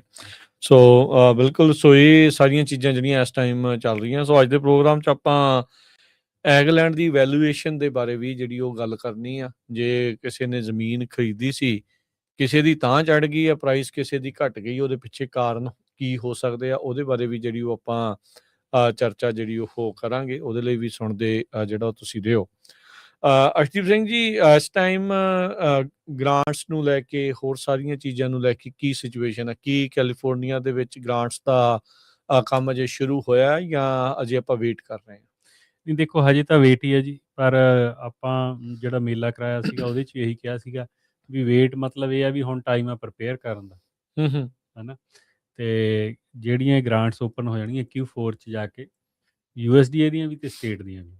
USDA ਦਾ ਤਾਂ ਸੈਟ ਡੇਟ ਹੀ ਹੁੰਦਾ, ਉਹਨਾਂ ਦਾ ਫਿਸਕਲ ਈਅਰ 1 ਅਕਤੂਬਰ ਨੂੰ ਸ਼ੁਰੂ ਹੁੰਦਾ, ਉਹਨਾਂ ਨੇ ਉਦੋਂ ਸ਼ੁਰੂ ਕਰਨੀਆਂ ਹੁੰਦੀਆਂ, ਠੀਕ ਹੈ ਜੀ। ਹਾਂਜੀ, ਉਹ ਤਾਂ ਕੋਈ ਸਰਪ੍ਰਾਈਜ਼ ਨਹੀਂ। ਸਟੇਟ ਦਾ ਜਿਹੜਾ ਲੱਗ ਰਿਹਾ, ਜਿਸ ਹਿਸਾਬ ਨਾਲ ਪਲਾਨ ਚੱਲ ਰਿਹਾ ਉਹਨਾਂ ਦਾ, ਸਮ ਟਾਈਮ ਲੇਟ Q4 ਦੇ ਵਿੱਚ ਉਹਨਾਂ ਨੇ, ਮੈਨੂੰ ਲੱਗਦਾ, ਕਈ ਪ੍ਰੋਗਰਾਮਸ ਦੇ ਵਿੱਚ ਐਪਲੀਕੇਸ਼ਨਾਂ ਲੈਣੀਆਂ ਸ਼ੁਰੂ ਕਰ ਦੇਣਗੇ। ਠੀਕ ਹੈ। ਤੇ ਉਹਦੇ ਲਈ ਹੁਣ ਮੀਟਿੰਗਸ ਵਗੈਰਾ ਕਰ ਰਹੇ ਆ। ਇੱਕ ਕੱਲ੍ਹ ਸੀਗਾ ਵੈਬੀਨਾਰ ਸੀਗਾ, ਹੈ ਨਾ, ਜਿਹੜੀਆਂ ਆਰਗੇਨਾਈਜੇਸ਼ਨਾਂ ਨੇ ਲੈਣੀ ਆ ਫੰਡਿੰਗ, ਹੈਲਪ ਕਰਨੀ ਹੈ ਡਿਸਟਰੀਬਿਊਸ਼ਨ ਦੇ ਵਿੱਚ, ਤੇ ਉਹਨਾਂ ਲਈ। ਤੇ ਉਹਦੇ 'ਚ ਇਹੀ ਦੱਸਿਆ ਉਹਨਾਂ ਨੇ ਵੀ ਕਿ ਜਿਹੜਾ Q4 ਦੇ ਵਿੱਚ ਗਰੋਅਰਸ ਲੁਕਸ ਲਾਈਕ ਵੀ ਉਹ ਅਪਲਾਈ ਕਰ ਸਕਦੇ ਆ ਗ੍ਰਾਂਟਸ ਲਈ। ਜੇ Q4 'ਚੋਂ ਕਿਸੇ ਕਾਰਨ ਡਿਲੇ ਹੁੰਦਾ ਤਾਂ ਜਨਵਰੀ 1 ਤੋਂ ਤਾਂ ਪੱਕਾ ਹੀ ਆ ਵੀ ਇੰਨਾ ਇਹਦੀ ਜ਼ਿਆਦਾ ਡਿਲੇ ਨਹੀਂ ਹੁੰਦਾ ਗਾ। ਸੋ ਜੇ ਆਪਾਂ Q4 ਵੀ ਮੰਨ ਕੇ ਚੱਲੀਏ ਵੀ ਅਕਤੂਬਰ ਤੋਂ ਪਹਿਲਾਂ ਆਪਣੀ ਤਿਆਰੀ ਚਾਹੀਦੀ ਆ। ਸੋ ਉਦੋਂ ਬਾਅਦ 'ਚ ਹੁਣ ਹਾਰਵੈਸਟ ਬਿਜ਼ੀ ਹੋ ਜਾਣਾ ਸਾਰਿਆਂ ਨੇ, ਜਦੋਂ ਸਾਰੇ ਖੇਤਾਂ ਦੀ ਚੱਲ ਪਈ। ਸੋ ਉਹਦਾ ਬੈਟਰ ਟਾਈਮ ਇਹੀ ਆ ਵੀ ਜਿਹੜੀ ਵੀ ਚੀਜ਼ ਕਰਨ ਵਾਲੀ ਆ ਉਹ ਹੁਣੇ ਹੀ ਪ੍ਰਪੇਅਰ ਕਰਨੀ ਪੈਣੀ ਹੈ। ਹਾਂਜੀ, ਹੈ ਨਾ। ਜਿਵੇਂ ਉਹਦੇ 'ਚ ਪੰਪ ਟੈਸਟ ਹੋ ਗਿਆ, ਕੋਈ ਸੋਇਲ ਐਨਾਲਿਸਿਸ ਕਰਨਾ ਕਿਸੇ ਨੇ, ਹੈ ਨਾ, ਜਾਂ ਕਿਸੇ ਨੇ ਕੋਈ ਆਪਣੇ 'ਚ ਸੋਲਰ ਲਵਾਉਣਾ, ਕੋਈ ਚੀਜ਼ਾਂ, ਹੈ ਨਾ, ਉਹਦੇ ਬਿਜਲੀ ਦੇ ਬਿੱਲ ਇਕੱਠੇ ਕਰਨੇ ਆ, ਤੇ ਡਿਜ਼ਾਈਨ ਵਗੈਰਾ ਬਣਾਉਣੇ ਆ, ਜਿੰਨੇ ਵੀ ਇੰਜੀਨੀਅਰਸ ਨੇ, ਠੀਕ ਹੈ, ਉਹ ਸਾਰੇ ਫਿਰ ਰੈਡੀ ਹੋਣੇ ਚਾਹੀਦੇ ਉਦੋਂ ਪਹਿਲਾਂ ਓਪਨ ਕਰਨ ਤੋਂ। ਰੈਡੀ ਰਹਿਣਾ ਚਾਹੀਦਾ। ਤੇ ਉਹ ਹੁਣ ਟਾਈਮ ਆ ਉਹਦੇ ਲਈ, ਮੈਨੂੰ ਲੱਗਦਾ ਵੀ ਸਭ ਤੋਂ ਵਧੀਆ ਟਾਈਮ ਆ ਹੁਣ ਆਹੀ ਸਮਰ ਦੇ ਵਿੱਚ ਉਹ ਕਰ ਲੈਣਾ ਚਾਹੀਦਾ। ਤੇ ਰਿਵਿਊ ਵੀ ਕਰ ਲੈਣਾ ਚਾਹੀਦਾ ਕਿਸੇ ਨਾ ਜਿਹੜਾ ਜਾਣਕਾਰ, ਤੇ ਤਾਂ ਕਿ ਜਦੋਂ ਐਪਲੀਕੇਸ਼ਨਾਂ ਓਪਨ ਹੁੰਦੀਆਂ ਨੇ ਤਾਂ ਉਦੋਂ ਤੁਸੀਂ ਨਾਲ ਦੀ ਨਾਲ ਹੀ ਪਹਿਲੇ ਬੈਚ 'ਚ ਅਪਲਾਈ ਕਰ ਦਿਓ। ਕਿਉਂਕਿ ਜਿੰਨੀ ਛੇਤੀ ਅਪਲਾਈ ਹੁੰਦੀ ਆ ਉਨੇ ਹੀ ਤੁਹਾਡੇ ਚਾਂਸ ਜ਼ਿਆਦਾ ਹੁੰਦੇ ਵੀ ਮੰਨ ਲਓ ਵੀ ਪਹਿਲੇ ਬੈਚ ਕਿਸੇ ਕਾਰਨ ਕਰਕੇ ਨਹੀਂ ਅਪਰੂਵ ਹੋਈ, ਰਿਜੈਕਟ ਹੋਈ, ਜਾਂ ਕੋਈ ਵੀ ਕਾਰਨ ਆ, ਠੀਕ ਹੈ, ਤਾਂ ਤੁਹਾਨੂੰ ਮੌਕਾ ਆਉਂਦਾ ਵੀ ਉਹ ਚੀਜ਼ ਦਰੁਸਤ ਕਰਕੇ ਤੁਸੀਂ ਦੂਜੇ ਬੈਚ 'ਚ ਫਿਰ ਲਾ ਦਿਓ। ਜੇ ਹੁਣ ਆਪਾਂ ਲਾਈ ਦੂਜੇ ਤੀਜੇ 'ਚ ਜਦੋਂ ਅਖੀਰਲਾ ਹੀ ਆ ਕੰਮ, ਤੇ ਉਹ 'ਚ ਕੋਈ ਚੀਜ਼ ਮਿਸ ਹੋ ਗਈ ਤਾਂ ਫਿਰ ਰਹਿ ਗਈ। ਕੋਈ ਉਣਤਾਈ ਹੋ ਗਈ ਤੇ ਫਿਰ ਤੁਸੀਂ ਗਏ। ਇਹ ਜਿਹੜੀਆਂ ਗ੍ਰਾਂਟਾਂ ਆਉਂਦੀਆਂ ਵੀ 3-4 ਸਾਲ ਬਾਅਦ ਆ ਸਟੇਟ ਦੀਆਂ। ਸੋ ਇੱਕ ਵਾਰ ਮਿਸ ਹੋ ਗਿਆ ਫਿਰ 3-4 ਸਾਲ ਵੇਟ ਕਰਨੀ ਪੈਣੀ। ਹਾਂਜੀ, ਨਹੀਂ ਬਿਲਕੁਲ, ਇਹ ਧਿਆਨ ਜਿਹੜਾ ਉਹ ਰੱਖਣਾ ਪੈਣਾ। ਆਪਣੇ ਆਪ ਨੂੰ ਰੈਡੀ ਰੱਖੋ, ਤੇ ਰੈਡੀ ਦੇ ਲਈ ਜਿੱਦਾਂ ਤੁਸੀਂ ਦੱਸਿਆ ਵੀ ਜੇ ਤਾਂ ਸੋਲਰ ਲਵਾਉਣਾ, ਬਿਜਲੀ ਦੇ ਬਿੱਲ ਵਗੈਰਾ ਹੁੰਦੇ, ਡਿਜ਼ਾਈਨ ਉਹ ਹੁੰਦਾ। ਇਸ ਤੋਂ ਇਲਾਵਾ ਕਿਹੜੇ ਡਾਕੂਮੈਂਟਸ ਜਿਹੜੇ ਉਹਦੇ ਤੇ ਉਹ ਤੁਹਾਨੂੰ ਇਕੱਠੇ ਕਰਕੇ ਜਿਹੜੇ ਰੱਖਣੇ ਹੁੰਦੇ ਆ? ਪੰਪ ਟੈਸਟ ਬਹੁਤ ਜ਼ਰੂਰੀ ਆ, ਹੈ ਨਾ। ਪੰਪ ਟੈਸਟ ਚਲੋ ਇਹ ਆ ਵੀ ਛੇਤੀ ਹੋ ਜਾਂਦਾ, ਵੀ ਤੁਸੀਂ ਕਾਲ ਕਰਕੇ ਕਿਸੇ ਨੂੰ ਕਰਾਇਆ, ਉਹਨੇ ਅੱਜ ਕੀਤਾ, ਕੱਲ੍ਹ ਨੂੰ ਰਿਪੋਰਟ ਭੇਜਦੀ, ਸੋ ਇਟਸ ਡਨ, ਹੈ ਨਾ। ਤੇ ਪਰ ਕੁਛ ਕੁ ਚੀਜ਼ਾਂ ਜੇ ਹੁਣ ਤੁਸੀਂ ਕੋਈ ਇਰੀਗੇਸ਼ਨ 'ਚ ਅਪਗ੍ਰੇਡ ਕਰਨੀ ਆ, ਇਰੀਗੇਸ਼ਨ ਸਿਸਟਮ 'ਚ, ਹੈ ਨਾ, ਤਾਂ ਉਹਦਾ ਉਹਨਾਂ ਨੂੰ ਪੂਰਾ ਪ੍ਰੋਪਰ ਡਿਜ਼ਾਈਨ ਚਾਹੀਦਾ ਹੁੰਦਾ। ਉਹ ਤੁਸੀਂ ਕਿਸੇ ਇੰਜੀਨੀਅਰ ਨੂੰ ਹਾਇਰ ਕਰੋਗੇ ਜਾਂ ਕਿਸੇ ਇਰੀਗੇਸ਼ਨ ਕੰਪਨੀ ਨੂੰ ਦੇਵੋਗੇ, ਹੈ ਨਾ। ਉਹਦਾ ਪਹਿਲਾਂ ਆ ਕੇ ਸਾਰਾ ਵੇਚਾ ਲੈ ਕੇ ਜਾਣਗੇ, ਤੇ ਫਿਰ ਉਹਨੂੰ ਦੇਖਣਗੇ ਵੀ ਇਹ 'ਚ ਕਿਹੜਾ ਸਾਈਜ਼ ਸਹੀ ਹੈ, ਇੰਜੀਨੀਅਰ ਡਿਜ਼ਾਈਨ ਕਰੂਗਾ। ਫਿਰ ਉਹ ਚੀਜ਼ ਨੂੰ ਕਈ ਵਾਰੀ ਮੈਨੂੰ ਯਾਦ ਆ ਵੀ ਜਦੋਂ ਪਹਿਲੀ ਵਾਰ ਮੈਂ ਅਪਲਾਈ ਕਰਨ ਲੱਗਿਆ ਸੀ 2021 'ਚ, ਤੇ ਸਾਡੀ ਵਾਰੀ ਹੋਈ ਨਹੀਂ ਆਈ ਸੀ, ਇਸ ਕਰਕੇ ਅਪਲਾਈ ਨਹੀਂ ਹੋਈ ਕਿਉਂਕਿ ਸਾਨੂੰ ਇਰੀਗੇਸ਼ਨ ਦੇ ਡਿਜ਼ਾਈਨ ਹੀ ਨਹੀਂ ਮਿਲੇ ਟਾਈਮ ਨਾਲ। ਅੱਛਾ, ਰਹਿ ਗਿਆ। ਬੰਦੇ ਇੰਨੇ ਬਿਜ਼ੀ ਸੀ ਜਿਨ੍ਹਾਂ ਨੇ ਬਣਾਉਣੀ ਸੀ। ਸੋ ਹੈ ਨਾ, ਫਿਰ ਅਗਲੀ ਵਾਰੀ ਕੀਤਾ। 2-2 ਮਹੀਨੇ ਲਾ ਦਿੰਦੇ ਹੁੰਦੇ ਉਦੋਂ, ਫਿਰ ਜਦੋਂ ਉਹਨਾਂ ਕੋਲ ਪੂਰਾ ਲੋਡ ਹੁੰਦਾ। ਹੁਣ ਉਹ ਵਿਹਲੇ ਬੈਠੇ ਆ, ਹੈ ਨਾ। ਹੁਣ ਜਿਹੜਾ ਰੈਗੂਲਰ ਲੋਡ ਹੋਊਗਾ, ਜਿਹੜਾ ਵੀ ਹੋਊਗਾ ਉਹੀ ਆ, ਤੇ ਕੋਈ ਦੂਜਾ ਨਹੀਂ ਗਾ। ਹੁਣ ਤੁਸੀਂ ਬਣਵਾ ਕੇ ਰੱਖ ਲਓ, ਉਹ ਤਾਂ ਫੋਰਐਵਰ ਹੀ ਹੈ, ਜਿੰਨਾ ਚਿਰ ਮਰਜ਼ੀ ਹੈ। ਪੰਪ ਟੈਸਟ 2 ਸਾਲ ਵੈਲਿਡ ਰਹਿੰਦਾ। ਠੀਕ ਹੈ। ਠੀਕ ਹੈ ਜੀ। ਤੇ ਇਰੀਗੇਸ਼ਨ ਡਿਜ਼ਾਈਨ ਐਜ਼ ਲੌਂਗ ਐਜ਼ ਤੁਸੀਂ ਉਹ 'ਚ ਕੋਈ ਚੇਂਜ ਨਹੀਂ ਕਰਦੇ ਤਾਂ ਉਹੀ ਰਹਿੰਦਾ ਹੁੰਦਾ। ਜੇ ਸੋਇਲ ਕੋਈ ਟੈਸਟ ਮਾਈਨਰ ਚੇਂਜ ਆ ਤਾਂ ਤੁਸੀਂ ਹੱਥ ਨਾਲ ਕਰਕੇ ਵੀ ਜਮ੍ਹਾਂ ਕਰਾ ਸਕਦੇ ਹੋ, ਕੋਈ ਪ੍ਰੋਬਲਮ ਨਹੀਂ, ਐਜ਼ ਲੌਂਗ ਐਜ਼ ਉਹਨਾਂ ਨੂੰ ਦੀਂਦਾ ਵੀ ਇਹ ਕੀਤਾ ਠੀਕ ਹੈ ਸਾਰਾ ਕੁਛ, ਹਾਂ, ਹੈ ਨਾ? ਆਹੋ, ਨਾਲੇ ਫਿਰ ਉਦੋਂ ਹੋੜ ਲੱਗਣੀ ਹੈ, ਸਾਰਿਆਂ ਨੇ ਕਰਾਉਣਾ ਹੈ, ਯਾ ਉਦੋਂ ਫਿਰ ਆਬਵੀਅਸਲੀ ਉਹਨਾਂ ਨੇ ਬਿਜ਼ੀ ਹੋਣਾ ਹੈ, ਹੁਣ ਵਕਤ ਆ। ਸੋ ਇਹ ਸਾਰੀਆਂ ਚੀਜ਼ਾਂ ਲਈ ਹੁਣ ਸਮਾਂ ਹੈਗਾ। ਮੈਨੂੰ ਲੱਗਦਾ ਵੀ ਆਹ ਅਪ੍ਰੈਲ ਤੋਂ ਮਈ, ਜੂਨ, ਜੁਲਾਈ ਹਾਰਵੈਸਟ ਤੋਂ ਪਹਿਲਾਂ ਕਰ ਲਓ, ਤੇ ਫਿਰ ਹਾਰਵੈਸਟ 'ਚ ਸਾਰੀਆਂ ਸ਼ੁਰੂ ਹੋ ਜਾਂਦੀਆਂ, ਕਿਉਂਕਿ ਆਪਣੇ ਜ਼ਿਆਦਾ ਗਰੋਅਰ ਉਹ ਗ੍ਰੇਪਸ ਅਤੇ ਨਟਸ ਨੇ, ਹੈ ਨਾ? ਤੇ ਉਹਨਾਂ ਲਈ ਫਿਰ ਜੁਲਾਈ, ਅਗਸਤ, ਸਪਟੰਬਰ, ਅਕਤੂਬਰ ਦਾ ਟਾਈਮ ਬਹੁਤ ਬਿਜ਼ੀ ਹੁੰਦਾ, ਹੈ ਨਾ? ਤੇ ਉਦੋਂ ਬਾਅਦ ਸਿੱਧਾ ਹੀ ਗ੍ਰਾਂਟਸ ਹੀ ਜਾਣਾ ਆਪਾਂ, ਉਦੋਂ ਨੂੰ ਓਪਨ ਹੋ ਜਾਣੀਆਂ ਨੇ। ਸੋ ਉਹਦੇ ਲਈ ਪਹਿਲੋਂ ਰੈਡੀ ਰਹੋ ਤਾਂ ਚੰਗਾ ਹੁੰਦਾ। ਤੇ ਦੂਜੀ ਇਹ ਸਲਾਹ ਵੀ, ਕਿਸੇ ਨੇ ਜੇ ਕੋਈ ਵੱਡਾ ਕੰਮ ਕਰਨਾ ਤਾਂ ਉਹਨੂੰ ਹੋਲਡ ਕਰ ਲਓ ਇਸ ਸਾਲ, ਕਿਉਂਕਿ ਅਗਲੇ ਸਾਲ ਫੰਡਿੰਗ ਜ਼ਿਆਦਾ ਅਵੇਲੇਬਲ ਹੋਣੀ ਹੈ। ਅੱਛਾ। ਤੇ ਉਹ ਫਿਰ ਉਹ 'ਚ ਤੁਸੀਂ ਐਪਲੀਕੇਸ਼ਨ ਲਾ ਲਓ ਕਿ ਹੁਣ ਇਰੀਗੇਸ਼ਨ ਨਾ ਪਾਓ ਜਾਂ ਹੁਣ ਪੰਪ ਨਾ ਬਦਲੋ। ਜੇ ਤੁਹਾਡਾ ਪੰਪ ਬਦਲਣਾ, ਐਜ਼ ਲੌਂਗ ਐਜ਼ ਤੁਹਾਡਾ ਕੰਮ ਚੱਲਦਾ ਐਤਕੀ ਕਿਸੇ ਤਰੀਕੇ ਨਾਲ ਕੱਢ ਸਕਦੇ ਸਾਲ ਇਰੀਗੇਸ਼ਨ ਨਾਲ, ਤੇ ਫਿਰ ਅਗਲੇ ਸਾਲ 'ਚ ਕਾਫੀ ਚਾਂਸ ਵੱਧ ਜਾਣੇ ਨੇ, ਕਿਉਂਕਿ ਪੈਸੇ ਕਾਫੀ ਜ਼ਿਆਦਾ ਹੈਗੇ ਨੇ ਐਤਕੀ ਆਉਣ ਨੂੰ। ਤੇ ਉਹ ਕਿਉਂਕਿ ਅਪਲਾਈ ਹੁਣ ਕਰੋਗੇ ਤਾਂ ਅਗਲੀ ਦੀ ਮਿਲਨੇ ਆ। ਅਪਲਾਈ ਉਹ ਹੋਊਗੀ ਅਕਤੂਬਰ, ਨਵੰਬਰ 'ਚ ਜਾ ਕੇ, ਦਸੰਬਰ 'ਚ ਲਾ ਲਓ ਜਦੋਂ ਵੀ। ਇਹ ਸਟੇਟ ਦੇ ਆ? ਇਹ ਸਟੇਟ ਦੇ ਆ। ਸਟੇਟ ਫੰਡਸ ਉਹਨਾਂ ਦੀ ਗੱਲ ਕਰ ਰਹੇ ਆ। ਤੇ ਉਹਦੇ 'ਚ ਫਿਰ ਤੁਹਾਨੂੰ ਫਰਵਰੀ, ਮਾਰਚ ਤੱਕ ਦੱਸ ਦੇਣਗੇ, ਕਿਉਂਕਿ ਸਟੇਟ ਵਾਲਾ ਪ੍ਰੋਸੈਸ ਕੁਇਕ ਹੁੰਦਾ। 3 ਕੁ ਮਹੀਨੇ 'ਚ ਸਾਰਾ ਕੁਛ ਹੋ ਜਾਂਦਾ, ਕੰਟਰੈਕਟ ਵੀ ਸਾਈਨ ਹੋ ਜਾਂਦਾ ਜਿਨ੍ਹਾਂ ਨੇ ਅਪਲਾਈ ਕੀਤਾ ਹੁੰਦਾ। ਠੀਕ ਆ। ਠੀਕ ਹੈ ਜੀ। ਤੇ ਉਦੋਂ ਬਾਅਦ ਜੇ ਫਰਵਰੀ, ਮਾਰਚ ਤੱਕ ਤੁਹਾਨੂੰ ਕੰਟਰੈਕਟ ਸਾਈਨ ਹੁੰਦਾ, ਤੁਸੀਂ ਨਾਲ ਦੀ ਨਾਲ ਇਰੀਗੇਸ਼ਨ ਪਾ ਲਓ ਆਪਦੇ ਇਰੀਗੇਸ਼ਨ ਸੀਜ਼ਨ ਤੋਂ ਪਹਿਲਾਂ, ਜਾਂ ਪੰਪ ਬਦਲੋ, ਜਿਹੜਾ ਵੀ ਕੋਈ ਕੰਮ ਆ, ਹੈ ਨਾ? ਤੇ ਜੇ ਸੋਲਰ ਵੀ ਲੱਗਦਾ ਤਾਂ ਸੋਲਰ ਤੁਹਾਡਾ ਸੀਜ਼ਨ ਤੋਂ ਪਹਿਲਾਂ ਲੱਗ ਜੇ ਤਾਂ ਵਧੀਆ ਗੱਲ ਆ ਨਾ, ਵੀ ਮਗਰੋਂ ਬਿੱਲ ਦੇਈ ਜਾਈਏ ਐਵੇਂ। ਨਹੀਂ, ਫਿਰ ਉਹ ਵੀ ਬਿਜ਼ੀ ਹੋ ਜਾਣੀ, ਉਦੋਂ ਸਾਰਿਆਂ ਨੇ ਲਵਾਉਣਾ। ਸੋਲਰ ਹੁਣ ਤੁਹਾਡਾ ਜਾ ਕੇ ਮੰਨ ਲਓ ਵੀ ਅਗਸਤ, ਸਪਟੰਬਰ 'ਚ ਲੱਗਦਾ, ਉਹ ਤਾਂ ਮੋਟਰਾਂ ਹੀ ਬੰਦ ਹੋ ਜਾਣੀਆਂ ਨੇ, ਫਿਰ ਤੁਹਾਨੂੰ ਅਗਲੇ 6 ਮਹੀਨੇ ਦਾ ਕੋਈ ਫਾਇਦਾ ਨਹੀਂ, ਉਹ ਪਿਆ ਬਸ ਖੜਾ ਉੱਥੇ। ਉਦੋਂ ਫਿਰ ਹਾਰਵੈਸਟ ਹੀ ਹੋਣੀ ਹੈ। ਤੇ ਉਹ ਤਾਂ ਫਿਰ ਉਹਦਾ ਕੋਈ ਫਾਇਦਾ ਨਹੀਂ, ਉਹ ਤਾਂ ਫਿਰ PG&E ਨੂੰ ਪੈਸੇ ਬਣਾ ਕੇ ਦੇਣੇ ਨੇ ਉਹਦੇ। ਕੋਲੋਂ ਮੋੜਦੇ ਦਾ ਕੋਈ ਬੜਾ ਹੈ ਨਹੀਂ, ਫਰੀ ਵਾਂਗੂ ਲੈ ਲੈਂਦੇ ਜਿਹੜੀ ਐਕਸਟਰਾ ਬਿਜਲੀ ਹੁੰਦੀ ਹੈ ਨਾ? ਸੋ ਆਪਾਂ ਤਾਂ ਸੀਜ਼ਨ 'ਚ ਹੀ ਫਾਇਦਾ ਹੁੰਦਾ। ਠੀਕ ਹੈ, ਵੀ ਆਹੋ ਐਟਲੀਸਟ ਉਦੋਂ ਜਦੋਂ ਚਲਾਉਣਾ ਉਦੋਂ ਤਾਂ ਫਾਇਦਾ ਹੋਵੇ, ਉਦੋਂ ਦਾ ਬਿਜਲੀ ਦਾ ਬਿੱਲ ਜਿਹੜਾ ਉਹ ਘੱਟ ਆਵੇ। $5 ਬਿਲੀਅਨ ਦੇ ਕੱਟ ਦੀ ਗੱਲ ਚੱਲ ਰਹੀ ਹੈ USDA ਦੇ ਵਿੱਚ, ਹੋਰ ਕਹਿੰਦੇ ਵੀ ਬੜਾ ਬਲੋਟਿਡ ਆ। ਸੋ ਟਰੰਪ ਹੁਣਾਂ ਦਾ ਜਿਹੜਾ ਨਵਾਂ ਪ੍ਰਪੋਜ਼ਲ ਆ, ਉਹਦੇ ਵਿੱਚ ਕਹਿੰਦੇ ਵੀ ਮਲਟੀਪਲ ਮੈਨੇਜਮੈਂਟ ਲੇਅਰਸ ਆ, ਤੇ ਕਹਿੰਦੇ ਵੀ ਪ੍ਰੋਗਰਾਮਸ ਐਵੇਂ ਹੀ ਬਣਾਏ ਪਏ ਆ, ਤੇ ਜਿਹੜੇ ਕਿ ਅਮਰੀਕਾ ਫਸਟ ਐਗਰੀਕਲਚਰ ਪਾਲਿਸੀ ਨੂੰ ਸਪੋਰਟ ਨਹੀਂ ਕਰਦੇ। ਪ੍ਰਪੋਜ਼ਡ ਬਜਟ ਜਿਹੜਾ ਆ ਉਹਦੇ ਵਿੱਚ ਇਹ ਕਹਿੰਦਾ ਵੀ ਜਿਹੜਾ ਗ੍ਰੀਨ ਨਿਊ ਸਕੈਮ ਆਈਡੀਓਲੋਜੀ ਆ, ਉਹਦੇ ਨਾਲ ਕੋਈ ਫਾਇਦਾ ਨਹੀਂ ਹੋ ਰਿਹਾ, ਤੇ ਇਸ ਲਈ ਕੁੱਲ ਮਿਲਾ ਕੇ ਹੋਰ $5 ਬਿਲੀਅਨ ਦੇ ਜਿਹੜੇ ਕੱਟ ਆ USDA ਦੇ ਵਿੱਚ ਪ੍ਰਪੋਜ਼ ਕੀਤੇ ਜਿਹੜੇ ਹੋ ਗਏ ਆ। ਪਹਿਲਾਂ ਇਹ ਤਕਰੀਬਨ 25 ਬਿਲੀਅਨ ਉਹਦਾ ਡਿਸਕ੍ਰਿਸ਼ਨਰੀ ਬਜਟ ਸੀ, ਤੇ ਇਸ ਵਾਰ ਇਹਨੂੰ ਘਟਾ ਕੇ 20.8 ਦੇ ਉੱਤੇ ਕੀਤਾ। ਕੁੱਲ ਮਿਲਾ ਕੇ $4.9 ਬਿਲੀਅਨ ਡਿਕਰੀਜ਼ ਆ, ਜੋ ਇਨੈਕਟਡ ਲੈਵਲ ਆ ਉਸ ਦੇ ਨਾਲ 19% ਡਿਕਲਾਈਨ ਆ। ਸੋ USDA ਦੇ ਜਿਹੜੇ ਉਹ ਬਜਟ ਦੇ ਵਿੱਚ। ਸੋ ਇਹ ਹੁਣ ਦੇਖਦੇ ਹਾਂ ਵੀ ਅੱਗੇ ਇਸ ਦੇ ਨਾਲ ਓਬਵੀਅਸਲੀ ਫਰਕ ਤਾਂ ਜਿਹੜਾ ਪਊਗਾ। ਦੋ ਚੀਜ਼ਾਂ ਇਸ ਦੇ ਵਿੱਚ ਹੋਣ ਦਾ ਫਿਰ ਖਦਸ਼ਾ ਆ। ਇੱਕ ਤਾਂ ਕੁਛ ਪ੍ਰੋਗਰਾਮਸ ਦੇ ਵਿੱਚੋਂ ਓਬਵੀਅਸਲੀ ਕਟੌਤੀ ਹੋਊਗੀ, ਵੀ $5 ਬਿਲੀਅਨ ਥੋੜੇ ਨਹੀਂ ਹੁੰਦੇ, that's a lot of money. ਤੇ ਦੂਜੇ ਇਹ ਆ ਵੀ USDA ਦੇ EMPLOYE ਵੀ ਘਟਣਗੇ ਫਿਰ। ਹਾਂਜੀ, ਨਹੀਂ ਇਹਦੇ 'ਚ ਇਹ ਨਾ ਸਰਪ੍ਰਾਈਜ਼ ਨਹੀਂ ਹੋਣਾ ਚਾਹੀਦਾ ਕਿਸੇ ਨੂੰ ਵੀ। ਮੈਨੂੰ ਲੱਗਦਾ ਵੀ ਐਕਸਪੈਕਟਡ ਹੋਣਾ ਚਾਹੀਦਾ ਵੀ ਅਗਲੇ ਸਾਲ ਘੱਟ ਹੋਣਗੇ USD ਦੇ ਫੰਡਿੰਗ ਦੇ ਵਿੱਚ, ਹੈ ਨਾ? ਤੇ ਉਹਦਾ ਵੱਡਾ ਕਾਰਨ ਇਹੀ ਆ ਵੀ ਜਿਹੜਾ ਹੁਣ ਆਪਣਾ ਡਿਫੈਂਸ ਦਾ ਬਜਟ ਜ਼ਿਆਦਾ ਹੋਣਾ ਅਗਲੇ ਸਾਲ, ਉਹਦੇ ਲਈ ਕਈ ਜਗ੍ਹਾ ਤੋਂ ਕੱਟ ਹੋਣੇ ਆ। ਉਹ ਪਬਲਿਸ਼ ਹੋਇਆ ਆਲਰੇਡੀ ਡੇਟਾ, ਹੈ ਨਾ? ਵੀ ਹੋਰ ਵੱਧ ਮੰਗ ਲਏ ਉਹਨਾਂ ਨੇ। ਸੋ ਉਹ ਪੈਸਾ ਕਿਤੋਂ ਕੱਟ ਹੋ ਕੇ ਜਾਣਾ ਨਾ, ਉਹਦੇ 'ਚ ਸਾਡੇ ਵਾਲੀ ਫੰਡਿੰਗ 'ਚ ਵੀ ਹੈਗਾ। ਕਈ ਆਈਟਮ ਜਿਹੜੀਆਂ ਕੱਟ ਹੋਣਗੀਆਂ, ਸਪੈਸੀਫਿਕ ਪ੍ਰੋਗਰਾਮ ਨਹੀਂ ਪਤਾ, ਬਟ ਕੱਟ ਹੈਗੇ ਆ, ਲੱਗਣਗੇ। ਤੇ ਉਹਦੇ 'ਚ ਉਹ ਕਿੰਨੇ ਕੁ ਲੱਗਦੇ ਆ, ਕਿਹੜੇ ਪ੍ਰੋਗਰਾਮਾਂ ਤੇ ਲੱਗਦੇ ਆ, ਉਹ ਆਪਾਂ ਨੂੰ ਆਉਣ ਵਾਲੇ ਸਮੇਂ 'ਚ ਪਤਾ ਲੱਗੂਗਾ।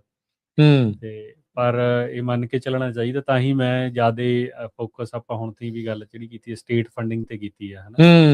ਤੇ ਸਟੇਟ ਦੀ ਫੰਡਿੰਗ ਪ੍ਰੋਪ 4 ਚੋਂ $10 ਬਿਲੀਅਨ ਚੋਂ ਆ ਰਹੀ ਹੈ। ਕਿੰਨੇ ਮਿਲੀਅਨ ਲਾਉਣੇ ਇਸ ਵਾਰ ਇਹਨਾਂ ਨੇ? $170 ਮਿਲੀਅਨ ਹੈਗਾ 4 ਪ੍ਰੋਗਰਾਮ, ਜਿਹੜਾ ਆਪਾਂ ਨੂੰ ਸਿੱਧਾ ਇੰਪੈਕਟ ਕਰਨਾ ਜਿਨ੍ਹਾਂ ਨੇ। ਤੇ $10 billion over a period of time ਆ ਜਾਂ $10 ਬਿਲੀਅਨ ਟੋਟਲ ਸੀਗਾ ਜਿਹੜਾ ਉਹ ਬਿੱਲ ਨੇ ਦਿੱਤਾ ਸੀਗਾ, ਹਨਾ, ਆਪਾਂ ਨੂੰ ਪ੍ਰੋਪ 4 ਨੇ। ਤੇ ਉਹਦੇ ਚੋਂ $1 ਬਿਲੀਅਨ ਐਗਰੀਕਲਚਰ ਨੂੰ ਸੀਗਾ। ਅੱਛਾ, ਠੀਕ ਆ ਜੀ। ਇੱਕ ਦੇ ਵਿੱਚੋਂ $250 ਮਿਲੀਅਨ ਸਿੱਧਾ ਉਹਨਾਂ ਨੇ ਸਟੇਟ ਨੂੰ ਦਿੱਤਾ ਜੀ, ਬਾਕੀ ਕੁਛ ਨੈਚੁਰਲ ਰਿਸੋਰਸਿਸ ਜਿਹੜੀ ਹੈਗੀ ਉਹਨਾਂ ਕੋਲ ਚਲਿਆ ਜਾਣਾ ਹੈ ਨਾ, ਅੱਛਾ। ਕੈਲੀਫੋਰਨੀਆ ਨੈਚੁਰਲ ਰਿਸੋਰਸਿਸ, ਹੂੰ ਤੇ ਉਹ ਚੋਂ 250 ਚੋਂ ਇਹਨਾਂ ਨੇ ਐਤਕੀ $100 ਮਿਲੀਅਨ ਤਾਂ ਰਿਲੀਜ਼ ਕਰ ਦੇਣਾ ਕਰੀਬ, ਓਕੇ। ਠੀਕ ਹੈ, ਤੇ ਉਹ ਕੁਛ ਕਿ ਇਹਨਾਂ ਦੀ ਆਪਦੀ ਫੰਡਿੰਗ ਰਲਾ ਮਿਲਾ ਕੇ ਸਟੇਟ ਦੀ ਸਾਰੀ, ਤੇ $170 ਮਿਲੀਅਨ ਬਣ ਜਾਂਦਾ 4 ਪ੍ਰੋਗਰਾਮਾਂ 'ਚ, ਜਿਹਦੇ 'ਚ ਜਿਵੇਂ ਆਪਣੇ ਆਹ ਸੋਲਰ ਵਾਲੇ ਆ ਜਾਂਦੇ ਆ ਅੱਛਾ, ਤੇ ਹੈਲਦੀ ਸੋਇਲ ਆ ਗਿਆ, ਕਵਰ ਕ੍ਰੌਪ, ਇਹ ਸਾਰੀਆਂ ਆਈਟਮਾਂ ਆ ਗਈਆਂ, ਤੇ ਫਿਰ ਉਹਦੇ 'ਚ ਜਿਨ੍ਹਾਂ ਦੇ ਕੋਈ ਨੁਕਸਾਨ ਹੋਇਆ ਵੱਡੇ ਪਿਛਲੇ 5-4 ਸਾਲਾਂ 'ਚ, ਉਹਦੇ ਲਈ ਵੀ ਫੰਡਿੰਗ ਛੱਡਦੇ ਹੁੰਦੇ ਆ, $22 ਮਿਲੀਅਨ ਉਹ 'ਚ ਹੈਗਾ, ਠੀਕ ਹੈ ਜੀ।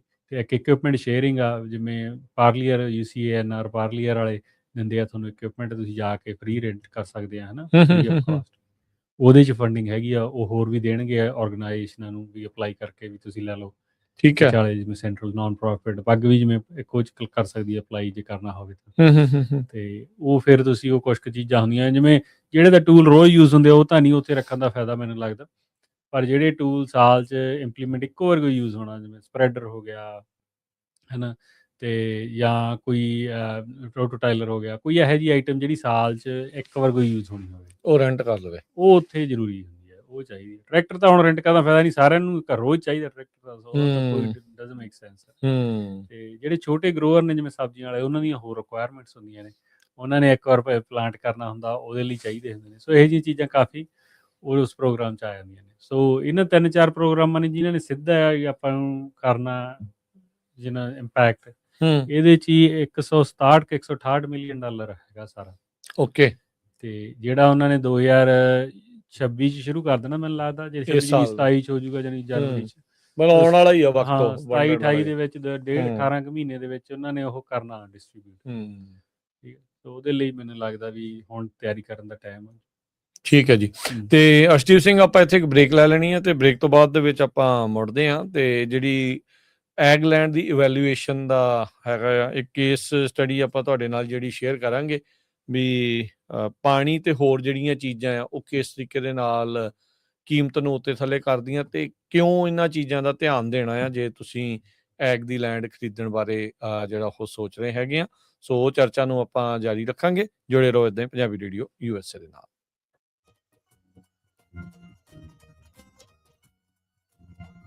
ਪੰਜਾਬੀ ਰੇਡੀਓ USA 7 ਦਿਨ 24 ਘੰਟੇ ਚੱਲਣ ਵਾਲਾ ਪੰਜਾਬੀਆਂ ਦਾ ਆਪਣਾ ਮਨ ਪਾਉਂਦਾ ਰੇਡੀਓ ਸਟੇਸ਼ਨ, ਤੇ ਸਾਡੇ ਪਲੇਟਫਾਰਮ ਪੰਜਾਬੀ TV USA ਨੂੰ ਫਾਲੋ ਕਰੋ। ਸਾਡੇ Facebook, YouTube, Instagram ਤੇ TikTok ਪਲੇਟਫਾਰਮ ਤੇ ਜੁਆਇਨ ਕਰਨ ਤੋਂ ਮਗਰੋਂ ਸਬਸਕ੍ਰਾਈਬ ਕਰੋ, ਫਾਲੋ ਕਰੋ ਔਰ ਅਪਡੇਟ ਰਹੋ। ਅਸੀਂ ਤੁਹਾਨੂੰ ਖਬਰਦਾਰ ਰੱਖਣ ਲਈ ਕਰੰਟ ਅਫੇਅਰਸ ਤੇ ਮਨੋਰੰਜਨ ਭਰਪੂਰ ਇੰਟਰਟੇਨਮੈਂਟ ਪ੍ਰੋਗਰਾਮ ਪੇਸ਼ ਕਰਨੇ ਹਾਂ, ਜਿੱਦਾਂ ਅਪਡੇਟ ਅਮਰੀਕਾ ਪ੍ਰੋਗਰਾਮ ਲੈ ਕੇ ਹਾਜ਼ਰ ਹੋ ਚੁੱਕੇ ਹਾਂ ਇਸ ਮੌਕੇ, ਅਪਡੇਟ ਅਮਰੀਕਾ, ਅਪਡੇਟ ਕੈਲੀਫੋਰਨੀਆ, ਖਬਰ ਤੇ ਨਜ਼ਰ, update immigration, Sanjhi Sath, update Pakistan, Sikh history, update farming, gateway to college, breaking news, Kavi Darbar, update Canada, Panthak paradigm, the Sikh excellence show, Punjabi tech talk, interviews, live coverages ਤੇ ਲਾਈਵ ਰੋਡ ਸ਼ੋ, ਇਸ ਤੋਂ ਅੱਡ ਅਣਗਿਣਤ ਪ੍ਰੋਗਰਾਮਸ, 24 ਘੰਟੇ ਚੱਲਣ ਵਾਲੇ ਪੰਜਾਬੀਆਂ ਦੇ ਸਭ ਤੋਂ ਵੱਡੇ ਪੰਜਾਬੀ ਰੇਡੀਓ ਨੈਟਵਰਕ ਤੇ ਪੰਜਾਬੀ TV USA ਤੇ ਆਪਣੇ ਬਿਜ਼ਨਸ ਦੀ ਪ੍ਰਮੋਸ਼ਨ ਕਰੋ। ਪ੍ਰਮੋਸ਼ਨ ਵਾਸਤੇ ਸਾਡਾ ਟੈਲੀਫੋਨ ਨੰਬਰ 408-272-5200 ਯਾਨੀ 4082725200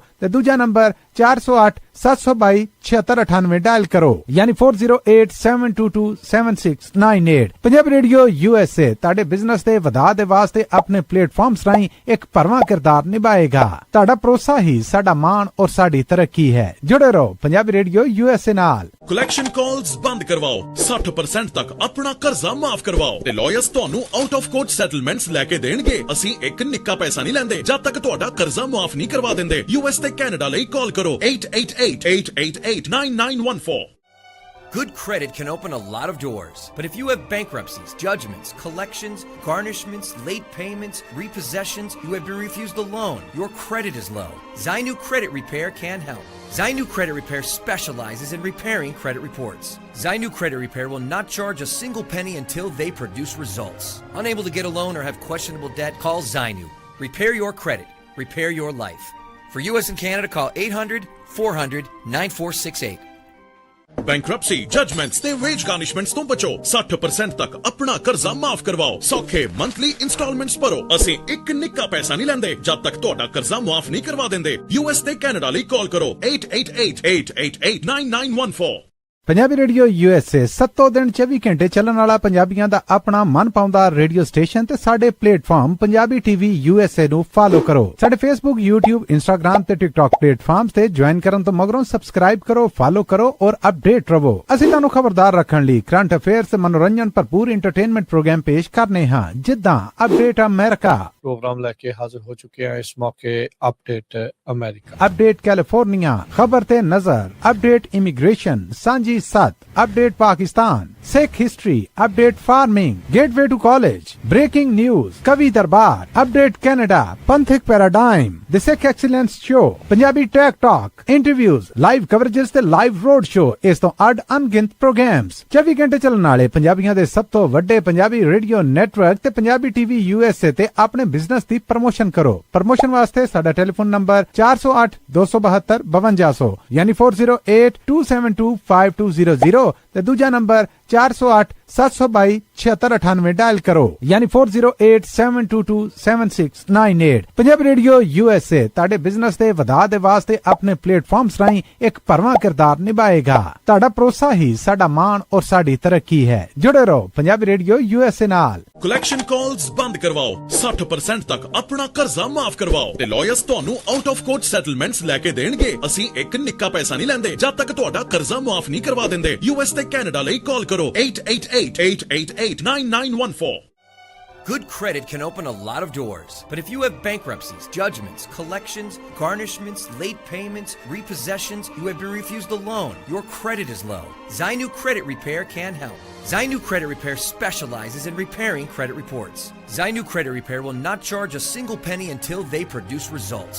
Unable to get a loan or have questionable debt? Call Zainu. Repair your credit. Repair your life. For US and Canada, call 800-400-9468. Bankruptcy, judgements ਤੇ veg ਗਾਰਨਿਸ਼ਮੈਂਟਸ ਤੋਂ ਬਚੋ। 60% ਤੱਕ ਆਪਣਾ ਕਰਜ਼ਾ ਮਾਫ ਕਰਵਾਓ। ਸੌਖੇ ਮੰਥਲੀ ਇੰਸਟਾਲਮੈਂਟਸ ਭਰੋ। ਅਸੀਂ ਇੱਕ ਨਿੱਕਾ ਪੈਸਾ ਨਹੀਂ ਲੈਂਦੇ ਜਦ ਤੱਕ ਤੁਹਾਡਾ ਕਰਜ਼ਾ ਮਾਫ ਨਹੀਂ ਕਰਵਾ ਦਿੰਦੇ। US ਤੇ ਕੈਨੇਡਾ ਲਈ ਕਾਲ ਕਰੋ 888-888-9914।